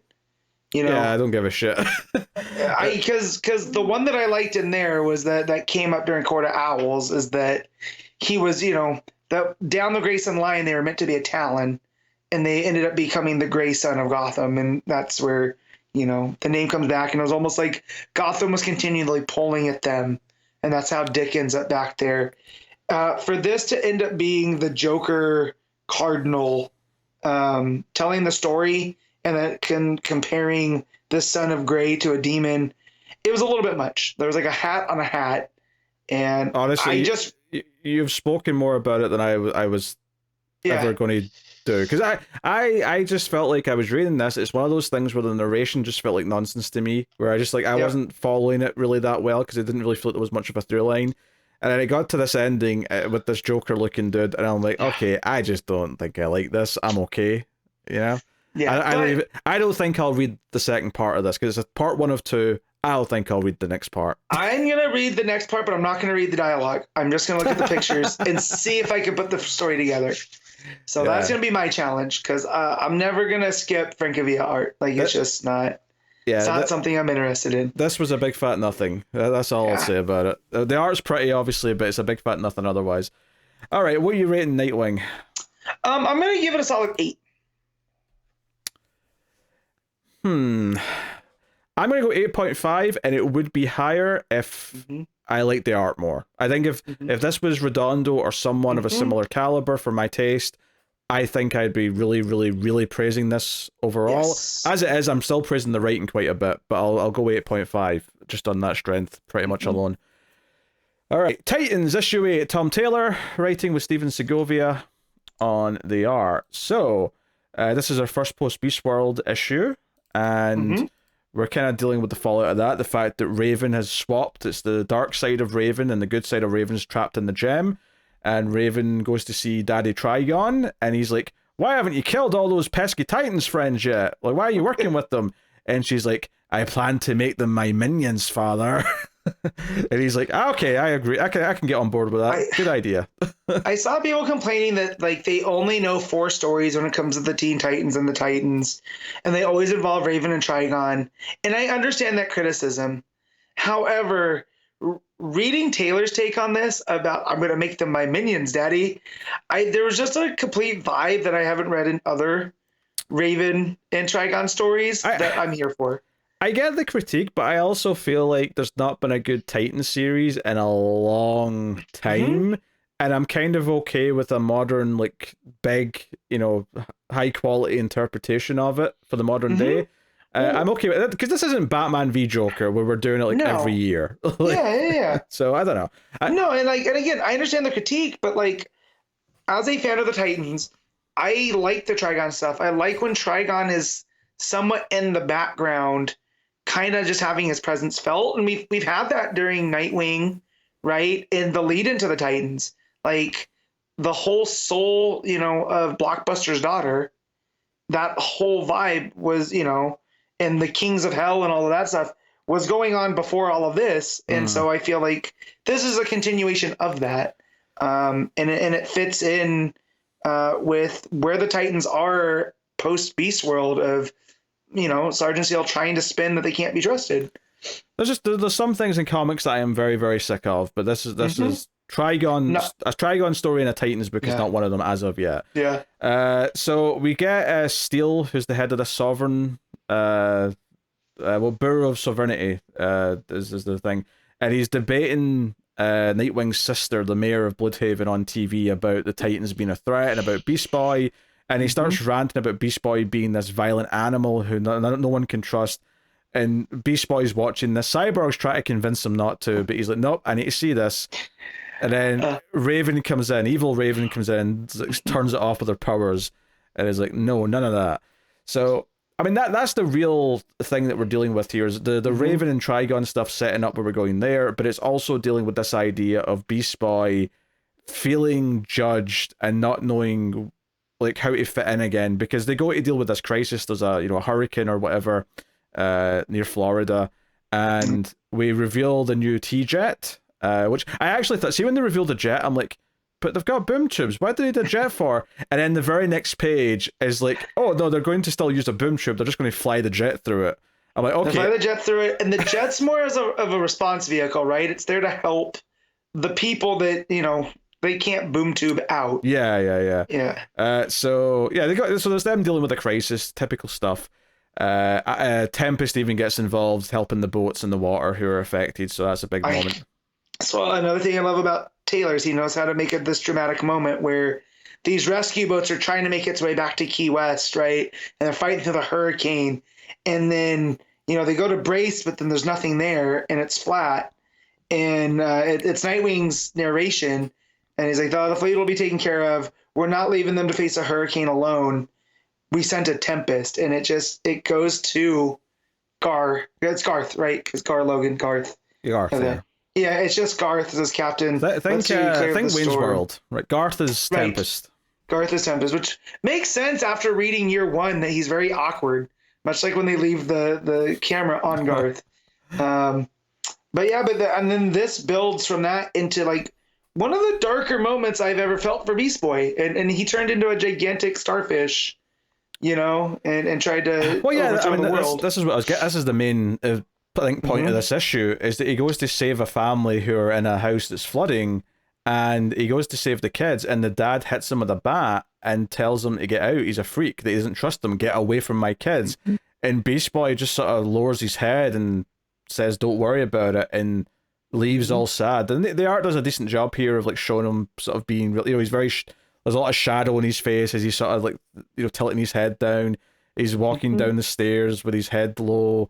It's all very like, you know, like Wally's trying to intervene and like talk to this guy, and the guy's like, no, I've been watching the news, I know you're all trouble, you almost got the world killed, kind of thing. So yeah, which, you know, I think this is doing I think this is good because it's consequences for everything that happened in that event. There's fallout for it. It's not just going to be forgotten about, and I think that makes sense. I think tying it into, the Sergeant Steel and him being this spokesperson against heroes ties in great with what he's doing in Wonder Woman. So good stuff. And it feels like it's probably also seeding slightly stuff for this next event. This, Absolute Power. It feels like this is going to build to Amanda Waller's next thing, which we know they're all working sort of together on building. So well, I like too that it references the events of Wonder Woman, where that talks about what they did to the Amazons. Melinda brings that up, so it's also playing in an in-world continuity without I feel like you can just get that reference, and you should be reading Wonder Woman, but if you're not for any reason, you just know this guy was trying to round up Amazons. He has his eyes set on the Titans. There's no line they won't cross. And then the final part of the issue is Trigon. We're back to Trigon and Raven, and he's like, "Hey, you've unlocked, access to a new power. You can become this." And it's the Darkwing Queen, which is the title of this arc. And we just see the shadow of it, or the silhouette of it. And it's like a giant monolithic winged creature. It's just teased here, but clearly this is going to be something that is, in play by the end of the arc. So I mean, I like this quite a bit. Obviously, it was definitely not as big and bombastic as the event issues were, but I think it did a good job of giving us clear character fallout from the event. Continued this, what Bad Raven's up to. But the Beast Boy stuff, I think, is the heart of it, and then it feels like the world's been affected by I think so many of these big stories where everyone turns into a fish monster, or everyone turns into something, a Bizarro or a parasite. It just doesn't get talked about after it ends. This feels like, no, there's consequences to this, where now the world is divided. Do we trust the Titans or not? Are they to blame for this, or did they save us from it? Kind of thing. Right, and I kind of understand where that's coming from about get away from my kids, but he's fine with Flash, right? Because Flash didn't turn into a gigantic starfish and turn other people into beasts, So it's not just because it's the Titans; it's Beast Boy specifically. Well, I don't think he's in love with the idea of Flash helping them either, but he definitely True. Beast Boy is being painted as the big threat because he's the one that turned into the starfish. And also the whole idea that Dark Raven is kind of massaging this of being see, Gar, how they're treating you. So it's almost like he's going to be the first domino to fall, right? Yeah, it feels like, she's this is weakening him so that she can seduce him to her way of thinking, Right. Which reminds me, did you ever read the John's Titans run back in the day where they end up jumping to the future and they have I don't think they were called the Dark Titans, but there was a dark version of them, and Raven was kind of like this, where she had the Trigon eyes and everything, but Beast Boy had become Beast Man, and he was a lot more feral and primal, and it's giving me those vibes of this is what happens when these two, give in to their darker sides, and I like that that's being sewn through here. As we go, because the one good thing about this Titans book is it's very episodic to some other, to the other things that Taylor's been working on, right? So we get plot threads from Nightwing popping up in here, and Beast World, and I'm trying to think what other. I feel that there's other stuff that it's playing with. I think for me, what I like about this book is that it always feels like there's kind of an overall game plan. Everything before Beast World felt like it was setting stuff in Beast World up. Yeah. And now that we're after Beast World, it feels like everything from Beast World is now motivating all these directions for the characters. Right. So it feels really well put together as a run to me. And so I'm digging it. I think it's. I'm not saying this is the best issue because I don't think that, but I do think that on average it's getting stronger as it goes because it's got more built up to play with and more things to pay off as we keep going. For sure. Yeah, and Segovia's art is pretty solid. I like it more than the Basri's art in Nightwing this week. I feel like this is the first time I've seen Segovia do Titans characters. That may be true. The stuff with Cyborg and Beast Boy on the couch, I thought were really strong because you get a lot of the facial expression stuff. Yeah.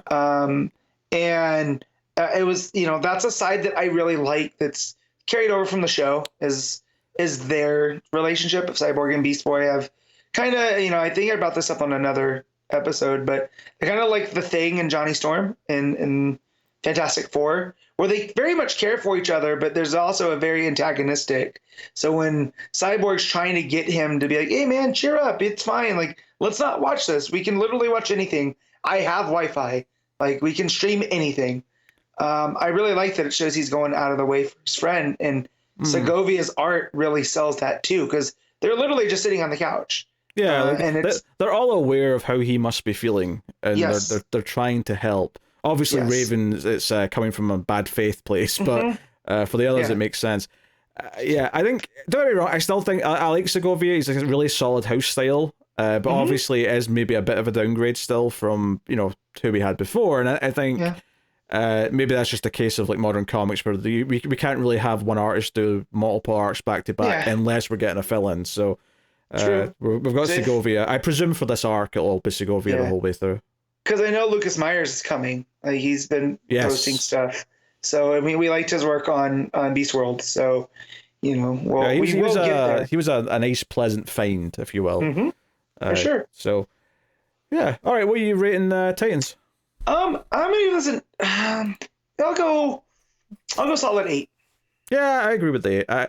I think it's a really solid chapter in an ongoing story and has some good character beats in there. But I wouldn't say it hit the emotional points that I think Nightwing did for me this week to compare them. So, okay. Green Lantern War Journal issue 6, Philip Kennedy Johnson writing with Montos on the art. So, this is a good example of a counter thing to something we complained about last week with Batman, where Zdarsky brought in this character from the night that he wanted to bring back and make it tie into one of his things.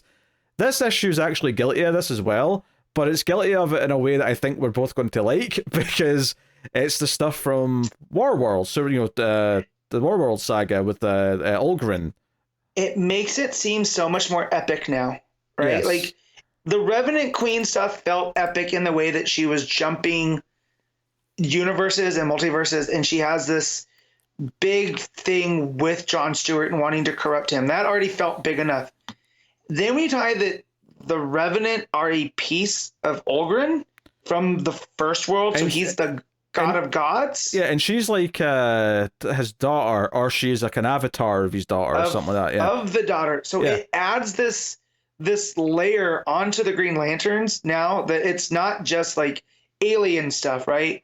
We're playing with mythological concepts, and it just makes me think of we always hear that John Stewart's the builder, right? He's the architect.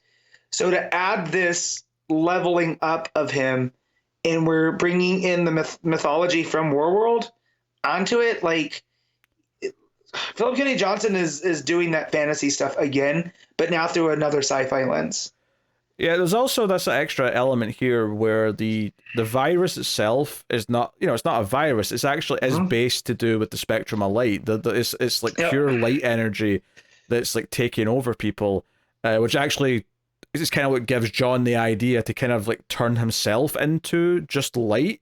Like, can he transform using Green Lantern energy? And that's seemingly what he does, and he uses it by the end of this issue to seemingly protect Shepard, the Green Lantern, who gets stabbed eventually from the other. Bro, I thought he got red-shirted for reals. I go, man, I gasped reading this, and my wife goes, what? I'm making comic book stuff. Don't worry about it. Because I'm not going to explain the whole John Stewart, Shepard, all that stuff. And so the fact that John, again, as the builder, he figures a way out and to purge this from him so it doesn't go, and to save Shepard and to keep him going. It was some really cool stuff. I think establishing that the Revenant like virus, just for lack of a better term, establishing that is just the spread of a specific type of light energy, like a Green Lantern light, really does like feel. It feels like it justifies to me that then knowing that a Green Lantern can maybe like do something with their own light to counteract it. Like, it feels like a natural conclusion once you realize that's all it is. Right. And then when we see like the constructs, especially like this is where I think that the Green Lantern book and this book are working hand in hand, learning about how the light is reacting different now since the power batteries are gone, and what does that mean for Ellie, the construct that he left to watch over Mom, like the construct of his little sister. Yeah. Yeah, so like is she sentient? Like or is she just a piece of him that he has left behind? Like it adds all these questions and layers to the story. Yeah, I don't know. I mean, because obviously there's a little tease with her, with the mother reading a book to her at the start, and just a little green bit of glow in her eye to like remind us that she's just a construct. But then it goes into the big fighting stuff where they're fighting the zombie horde, if you will. John's like building himself a green mech suit, whereas what's his face, Shepard's doing big dragons and stuff like that. You know, so there's a lot of fun stuff. I mean, but admittedly, if you're going to make a critique, is that there's just a lot of action in the middle. Like a lot of this big stuff we were talking about is at the end. But still, fun enough to look at. Montos's art is very good. Although I will say, I do think Montos's art excels even more in non-fight stuff. I think his fight stuff's solid. It's really good. But it's the more emotional one-on-one conversations that I think his art like shines, because he does like really good like heavy inks to show the emotion. Like that stuff, even just that first page with the mom and the construct of the little sister. Like the way that sells the happiness of her and how like sort of bittersweet it feels because we know it's a lie. Like it's just all there in the art. It's so good. Yeah, well, because that last panel on that page, on the first page, where you get the glint of green, it's almost an afterthought because you get so focused on mom being happy, right? Because we've seen what her condition has been like for her and the sheer terror it's brought on her. And here she's like comfortable and happy. And it almost feels like the calm before the storm, you know? And that's all just told through facial expressions. Yeah. You know? So once the Revenant Queen reveals that she's connected to Olgrun, she grabs John, who's in like green light form at this point, and basically takes him to the place of the gods, where he will now be like the reason why they want a John Stewart is because he's a fitting host for Olgrun, to inhabit. So this is all about bringing him into the world effectively. It's very, very Darkseid-esque, right? Yeah. When Darkseid needed a vessel before Final Crisis, which I like. So the cliffhanger of this issue is that seemingly he's been taken because Shepard's left on his own, and he's like, "Oh God, Builder, where are you, Builder?" And then the final page is back to his mom and the little sister construct, and you know the mom was asking earlier, "Do you think your brother will be home soon?" At the end here, she's looking out the window, sees this Revenant symbol appearing in the sky, and says, "I think John's going to be a while." It's kind of interesting as well that both the first and last page with the mother have this sort of green kind of vines and like light sort of like design around the panels. It's an interesting differentiation from the rest of the book. Yeah, and as they get closer to that symbol, they start to get like spikier and more menacing. And it's almost like this before it gets spikier as well. It's like more like there's light in it, whereas by the time you get to the spiky part, it's like most of the lights disappear. It's just solid green. Yeah, for sure. The thing with Olgrun, right? Don't we have Olgrun's fire being it's occurring in one of the twins? Yes, so, the boy. Girl. No, the boy. It was the boy that has the powers. So. Which I already forgot their names. I feel terrible. It's Ozil and Othil. There we go. And Ozil's the boy, I believe. Anyways. I can't help you with that one, but I can tell you what their names are. Either way, my point is, we have Olgrun trying to come back, right, from the first world, but we have his power base in the boy. So I'm wondering if this is what ties the United Planets back into that War World stuff with Olgrun. Through here, like, is this part of the bigger plan? Or is Olgrun kind of just taking advantage of the United Planet's lack of control over things in order to spread this throughout? I don't know if one has to do with the other, but I will say, I'm here to find out. Reading this issue, I was like, man, is Johnson not going to get a second book now that action's done? I would really appreciate one. So I hope they announce something for like maybe after the event. I know he's got other stuff cooking, like in indie books and stuff, but hopefully he gets something because I could be doing with it. I needs it.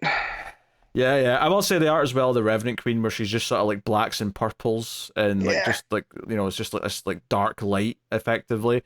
Also really cool. In contrast, obviously, really well with the green because it's they're very much opposites. This form of purple does like whatever it is because it's not quite violet. It's not like indigo. It's not stuff that we're used to seeing. It's this off, like almost lavender color, and it plays off the green really well. Yeah. All right. Very interesting stuff. Curious to see where we go with this. What are you giving this issue, Green Lantern War Journal? I'm gonna give this 8.5. I think I'll go straight 8, just because, you know, a lot of the middle of the issue is just a big fight, and, you know, like, so I will say that maybe it kind of lowers it a little bit. Especially when I had like another issue this week, which was a perfect example of how you nail an issue that's mostly fighting.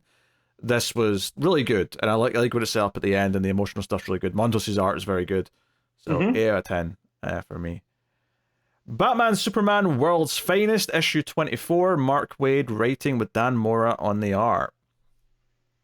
So, last issue was a little critical. It was fine, but it was kind of just a one big fight until Darkseid showed up at the end, and the ending was interesting. The idea that Gog has the key to the anti-life equation is fun.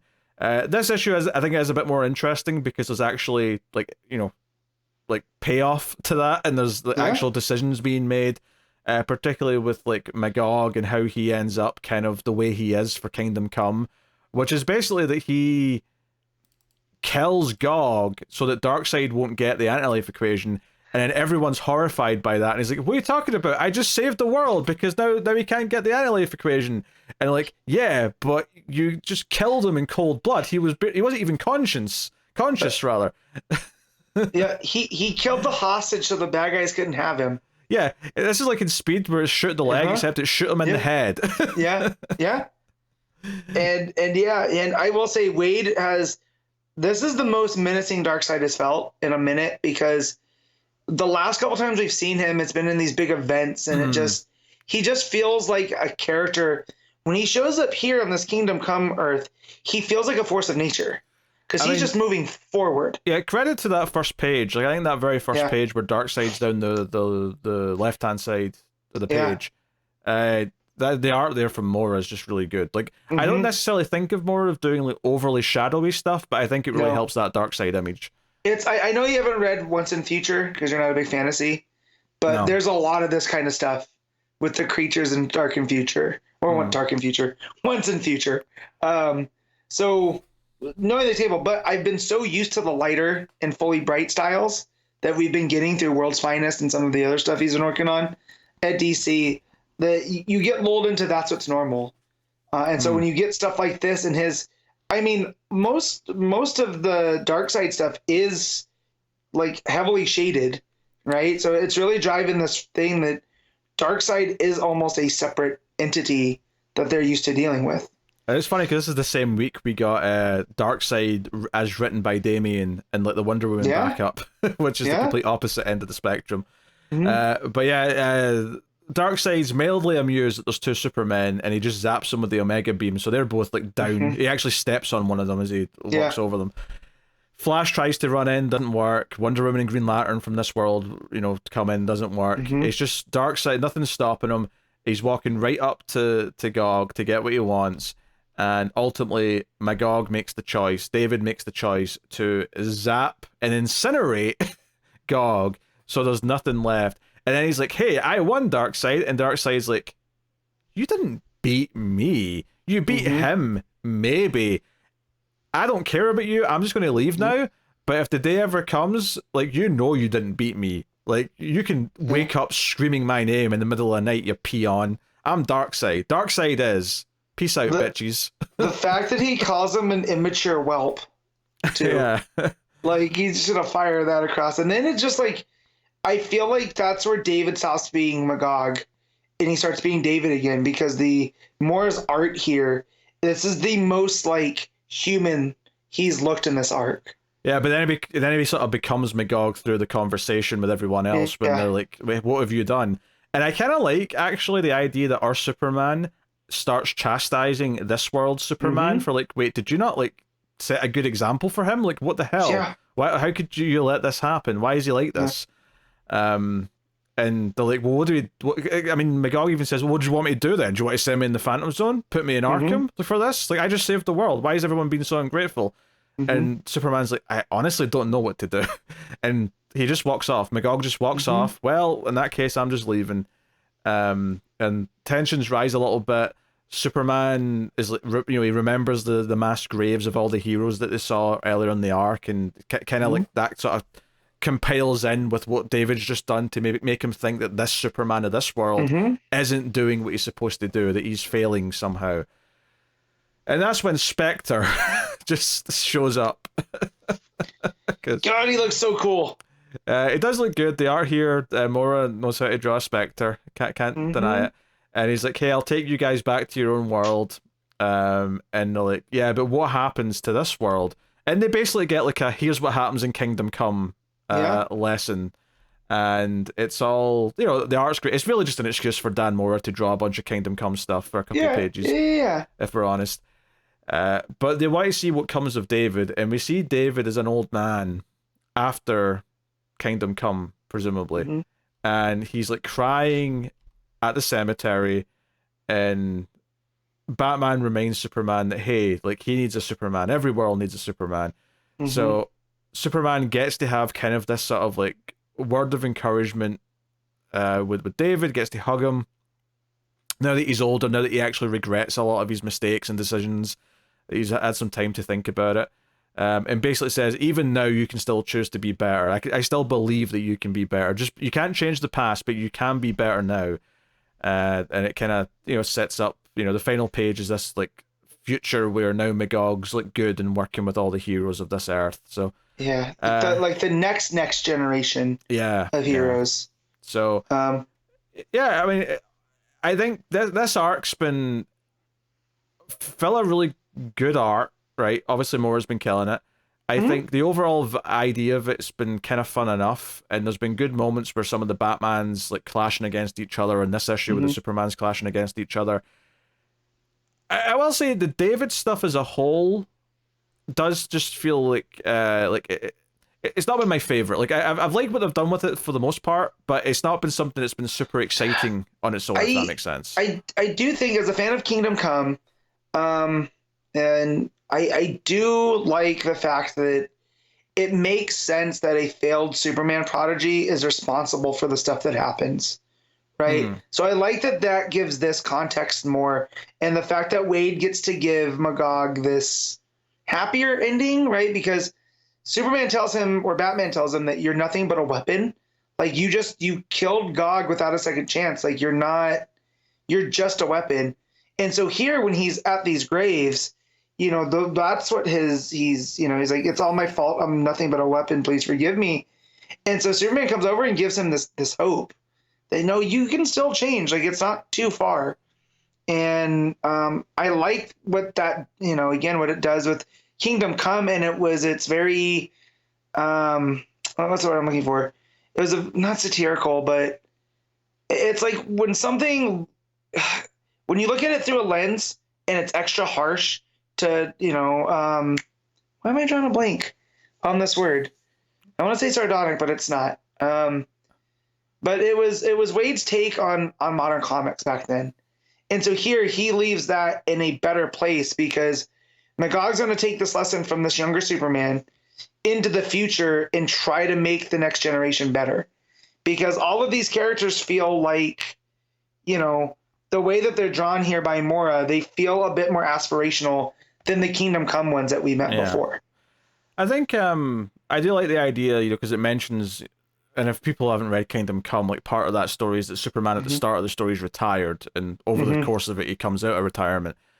But the idea that this other Superman chastises him for like not being good enough example, for letting too many people die, I like that can sort of play in. And I know, like, obviously Joker does bad stuff and that actually leads, that's like the final straw that leads to the retirement. But the idea that a Superman who's, quote unquote better from another world gives him shit for not being good enough, like that I like that has been an extra motivation for him to like hang up the cape and be like, clearly I'm not good enough at this, clearly, right, I can't do this. And it does make this Kingdom Come world a little bit harsher, a little bit worse. Yeah, for sure. And just knowing too that he meant like Magog to represent Cable, right? And he's got the pockets and the metal and all this other stuff. So the fact that now he is kind of this multiverse hopping, time traveling character, it also shows that not all characters are just that disposable, that we can still do good things later, right? And as someone that, like, I don't love Cable. I do appreciate the idea that, you know, he was meant to be the son of Cyclops and Jean Grey, and he's meant to stop this apocalypse from happening, but the more he fights it, the more it's going to happen. I like that Waid and all of that type of darkness, he has given his version of that character a bright way out, right? Is like, the war is not over, but he doesn't have to be that weapon. You know, he can choose to be something else. Yeah. You know, and I like that because that came from it. Cynical was the word I was looking for. As a, you know, Kingdom Come had a cynical take on these heroes. I thought you were looking for something more like specific to like telling a type of story. Okay. No, but it was a very cynical take on those characters that were, you know, not. They were a lot more sincere. And so here he takes that cynical thing and gives David almost a sincere hope that he can change and be different than what he was. And, you know, I don't think every creator gets the chance to finish their story like that. Yeah, I think it's like, it's an unnecessary element. You know, I think Kingdom Come obviously just works on its own, but this is a perfectly solid kind of tie-in to it, and maybe nostalgia to go back to it, maybe giving Magog this kind of happier, hopeful ending is what Waid wanted to do. And I can appreciate all that. Yeah. And I think it's solid enough, but I wouldn't say it feels like it's as, you know, it's not quite as fun as some of the other stories that have been in World's Finest, where it feels like Waid's just playing with these characters, and it doesn't feel strong enough to feel like it is actually super important either. It's kind of in this weird middle ground where it's kind of like one for him, and it was a fine enough read, but I you know, compared to his Shazam right now, which is just firing on all cylinders, this is like a bit more sort of lower down in Waid's quality, which is still a reasonable quality, don't get me wrong, but just not some of his best, I would say. But you know, that's what it is. Obviously, Mora's art's fantastic throughout. So yes. What are you giving World's Finest? I'll give this a 7.5. Yeah, I agree with that. That's exactly the number. I just don't think it's quite good enough to be great, but it's definitely. I liked it more than last issue for sure. Next month we're getting Joker meeting Lex Luthor for the first time, seemingly. Yep. Based on the little blurb at the end. Yep. There's that, and then following that, if I remember the solicits right, that's where the Might characters are coming in. Yeah, so we're getting like a one-off story next time then, presumably. Okay. For the 20th anniversary, the 25th issue, which makes sense. 25th anniversary. Yeah, they're making a milestone of it. We're not been doing the show that long, Matt. Come on. No. Feels like it sometimes. All right. Justice League versus Godzilla versus Kong, issue 5. Brian Buccellato on art, writing, and Christian Duce on art. So, where do we start with this? This is the common equivalent of Taco Bell, man. It's better than it has any right to be. I was just going to say that. Better than it is right to be, but at the end of the day, it's still kind of empty calories, and we're just kind of, I'm here to watch the monsters fight, you know? And this one gives us plenty of that. You know? A lot of Lois talking to Mercy this week, because this issue starts off with Lois talking to Mercy. They don't look the same, though. They don't look the same. No. They're definitive different characters. Yeah. So, yeah, Superman's obviously still in trouble here. He's in the pod, and Supergirl's concerned and wants to go and they will look at all the Monarch data that Mercy's gave them from the Legion of Doom. Cut to Godzilla, a sea monster, and the Kraken fighting next to Atlantis, which is what a lot of the action of this issue is, and it's the various heroes trying to make sure the dome of Atlantis doesn't crack and crumble because the pressure will kill everything. So there's a lot of monster action, so a lot of them try to keep it up. Eventually it does end up, I think it's Godzilla's beam when they're trying to get Godzilla away from him. The beam just comes and smashes the rest of the dome, or makes a hole in the dome at least. And Hal is trying to hold it together with his green light, while some people are trying to repair it, and he just can't anymore because he's losing all of his energy. And we get a little guest appearance. Jess, Baz, Guy, and John show up as reinforcements, and they sort of plug in the hole, and like we'll hold it together until the Atlanteans can fix it. So yeah, fun stuff in that main action plot. And then the other stuff that's going on is Oliver Queen is on the boat with the League of Assassins, and they're transporting the monster skull, which we see later on in the issue what they're doing with it. Ra's al Ghul, the dumb son of a bitch, is going to put the monster skull into a giant Lazarus pit. The King Skullcrawler is about to make an appearance. And it's going to be mad. It's going to be Lazarus Mania, you know? Yeah, so there's some stuff with Oliver fighting the assassins and he gets off the boat. Here's my question. So, we knew that Lex was building a Mecha Godzilla. In fact, we even see it in this issue, and it looks based on the one from the recent movie, which isn't my favorite design, but it's still cool, whatever. Yeah. It's fun that he's built that. The implication I got from Batman talking to Cyborg is that he's also building something that size. It's got to be a Mecha Kong. Why would they base it on Kong? Surely it'd be more of a Mecha Bat. I don't know. I don't know. Synergy. I don't know. It doesn't make any sense. Like, the next Mecha character I could think of from the franchise is Mecha King Ghidorah, but there's no King Ghidorah yet, so it'd be weird for him to build it based on that. I'm expecting a big Mecha Batman. That's what I'm expecting.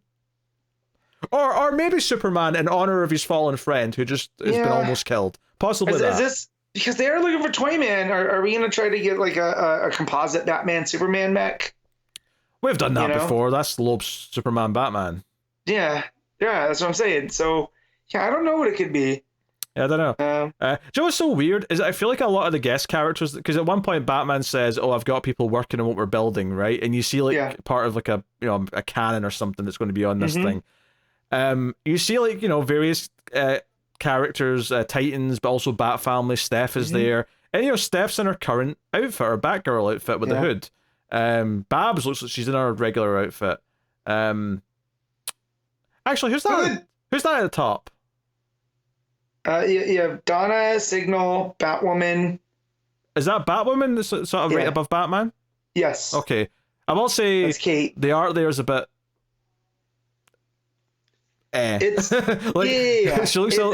I didn't get that was Batwoman. I thought that was Babs until I looked over to the right and saw actual Babs and went, "Oh, that's Babs." Okay, I guess. To me, it's the shape of her cowl because her cowl makes that kind of V. It must be. There's no one else that really could be, but it's a bit off. Anyway, I was gonna say I do think it's funny that Jason is literally just standing there. Yeah. Well, what I was gonna say though is that it feels like this isn't in continuity because obviously Superman was trying to propose to Lois at the start. Yes. But it feels like the vast majority of the characters are just more or less what they are in current continuity.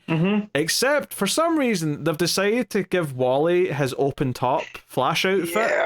Like early Rebirth, and I'm like, fair enough, I guess. But it's just it's such a weird pick and mix of like what continuity we're taking from here.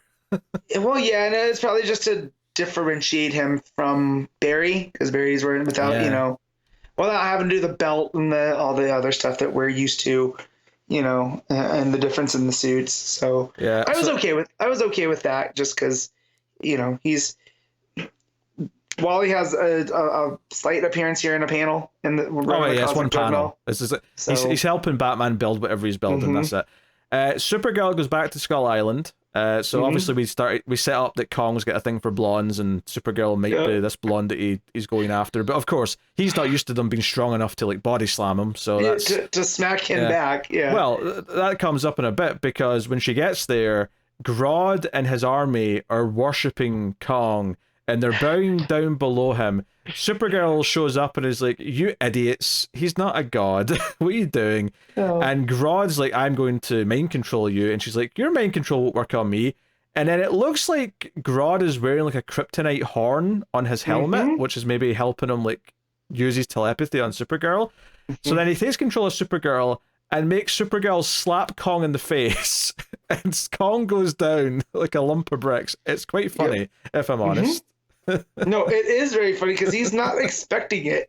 He's the look in his face in the panel before is just kind of like, huh? And then she just smacks the shit out of him. You're not the first person to be confused by a woman, Kong. That's funny. That's funny. Yeah. Dear. Legion of Doom are bickering about looking for Toyman or whatever.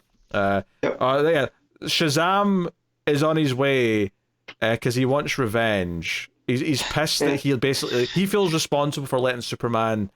He thinks Superman's dead. Yeah. He's not listening to Batman whatsoever. So he flies down to settle their stuff. Yeah, he wants to be a one-man army taking on the Legion of Doom, who have filled out their ranks with even more villains by this point. and he's just going through and trying to fight them, and not doing a great job. It ends up being Giganta who like just punches him. Although Blockbuster gets knocked out in the process. Which this gave me a good laugh. And it's Penguin goes, "Did Giganta just kill Blockbuster?" And Scarecrow's like, "Who cares?" I love the idea that two Bat villains are like, "Oh, who cares about Nightwing's villain?" He's in plenty. Like, look at his hairline. It's terrible. We're from Gotham. This is way more important. Then the Green Lanterns show up and the Aquaman stuff, which we mentioned. They actually put a shackle around Godzilla's foot, which is made of Nth metal, and they're like, "Oh, he won't be able to break that because it's Nth metal." And all I could think was, I don't know if I'd be so sure of that, Aqua buddy.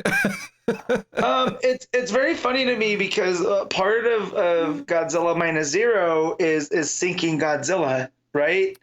And that's essentially what they do here, right? Yeah. Minus one for the reg, just in case anyone's looking for the movie. Yes.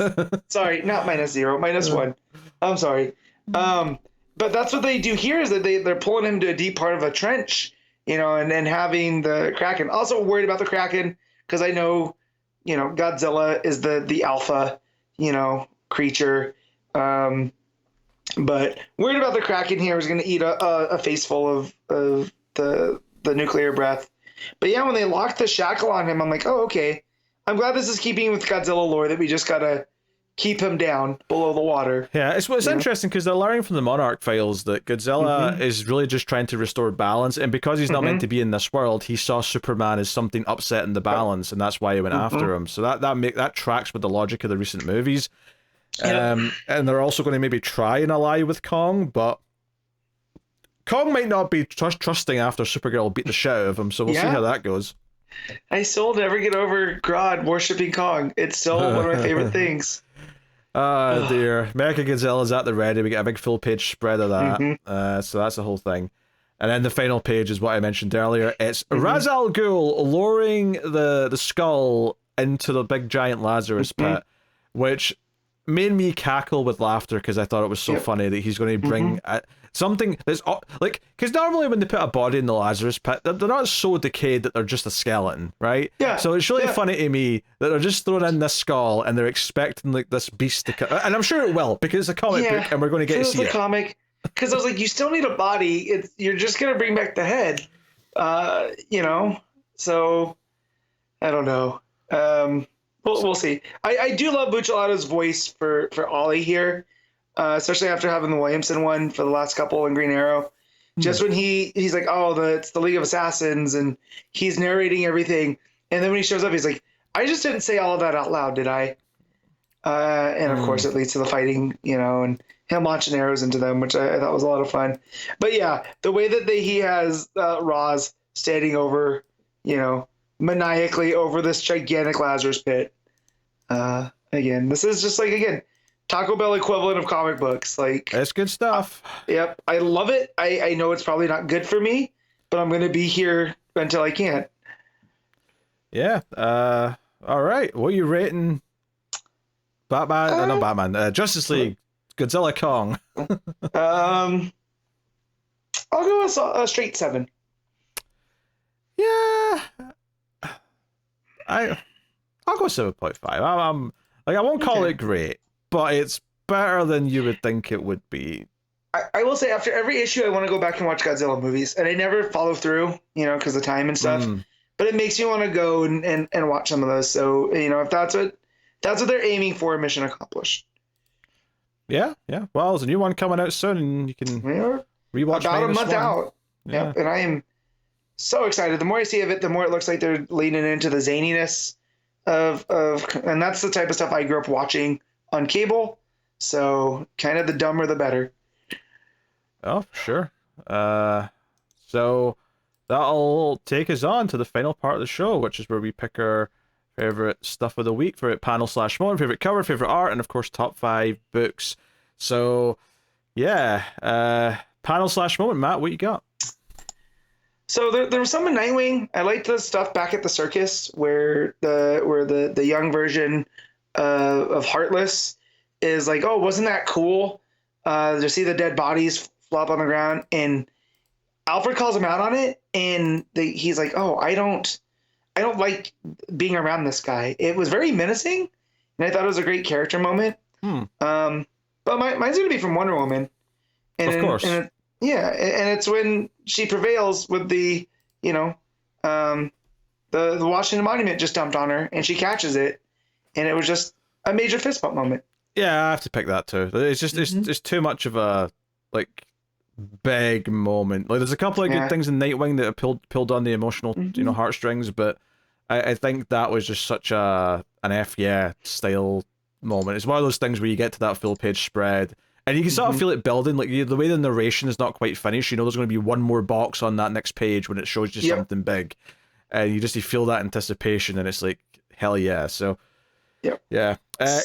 Covers for this week. I'll give a shout out to the Dan Mora sweater weather cover for Nightwing, which just looks nice. It's just Starfire and Dick on a beach with a green penguin, which is obviously Beast Boy. Yeah, you said Titans, right? Or did you see Nightwing? I meant Titans. Maybe I said Nightwing, but I meant Titans. You did, because the sweater weather on that one is not. It's taking a Speedo in the snow. Fair enough. Yeah. So yeah, on Titans.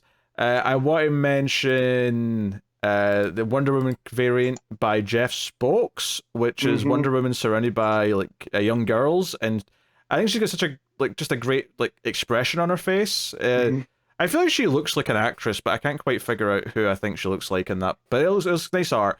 That said, though, my cover of the week, undoubtedly, I knew this the second I saw it, is a variant for Godzilla Kong by Jock. Holy shit. It's all red and black with Godzilla and Kong sort of in this red, kind of misty kind of art style with a red bat signal in the night sky behind them. It's so good. That's the pick. I saw that one and I instantly knew that was going to be your thing. Yeah. Other ones I want to put up, there is a Green Lantern War Journal by Raza, and it's all green, and it's got John doing the oath thing with the hand over his chest. Just the shading and stuff, it looks really good. I also like another Nightwing variant, but it's the Serge Acuna cardstock variant where Dick's giving Babs a Valentine with them on it in kind of cartoon form. It's real cute. He has cartoon hearts around him. But my pick's going to be from Superman, and it is the Pablo Lobos Villalobos cardstock variant that has Superman and Lois flying up. There's a greenish background. Just what it's doing with the light, it makes it look like it's painted. And I don't know if it is, but I just really like it. Lois is in white. It contrasts with Superman's suit. Superman kind of has the Elvis pompadour going. It just feels very classic. All right, cool. All right, art of the week. I mean, it's Wonder Woman, right? It is Wonder Woman. I mean, there was other good art, absolutely. I mean, Mora's close. Yeah, Montos is worth mentioning. But it's Sampere. It is. And even if you want to throw in the backup, Ortega's pretty solid on top of that. So, but obviously, Sampere, the Sorrentino pages of Batman were excellent, but not enough to count against. If we get a full issue of Sorrentino next to Sampere, that'd be a fight. That would actually be tough. But it's just all those moments, and we talked about the 9-panel grid and the coloring, how it all works for the story. Also, the spin page, which could have been a moment of the week on top of all of that. Sampere's working. Absolutely. Next level stuff. All right, top 5 books, Matt. On you go. All right, 1 is Wonder Woman. 2 is War Journal. 3 is Nightwing. 4 is Titans. And 5 is World's Finest. All right. My number 1 is Wonder Woman. My number 2 is Nightwing. My number 3 is War Journal. My number 4 is Titans. My number 5...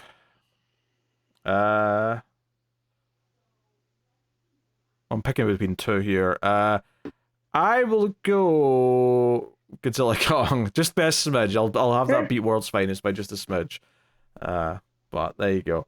Yeah, strong week. 8 books, and I really liked a good chunk of them. Obviously, the most critical was the first 2. So I always hate that because it sounds like we're going to be negative all episode. It's no, it's just we just happen to start on the negative ones. Yes. So I'll tell you what's coming next week from DC Comics, and we'll see how next week looks. We have Detective Comics 1082. We got Green Arrow issue 9. We have The Flash issue 6. Harley Quinn 37. Batman Brave and the Bold issue 10. The Penguin issue 7. Jay Garrick The Flash issue 5. Power Girl issue 6. And Amazon's Attack issue 5. So definitely more of a mixed week next week. I definitely have less books as well. Yeah. Overall, but yeah, I've got 5 books by the looks of it. So you've got more because you're still reading Green Arrow and Power Girl. Yeah. Yep. But I have 2 Flash books. Tech, I'm finally excited.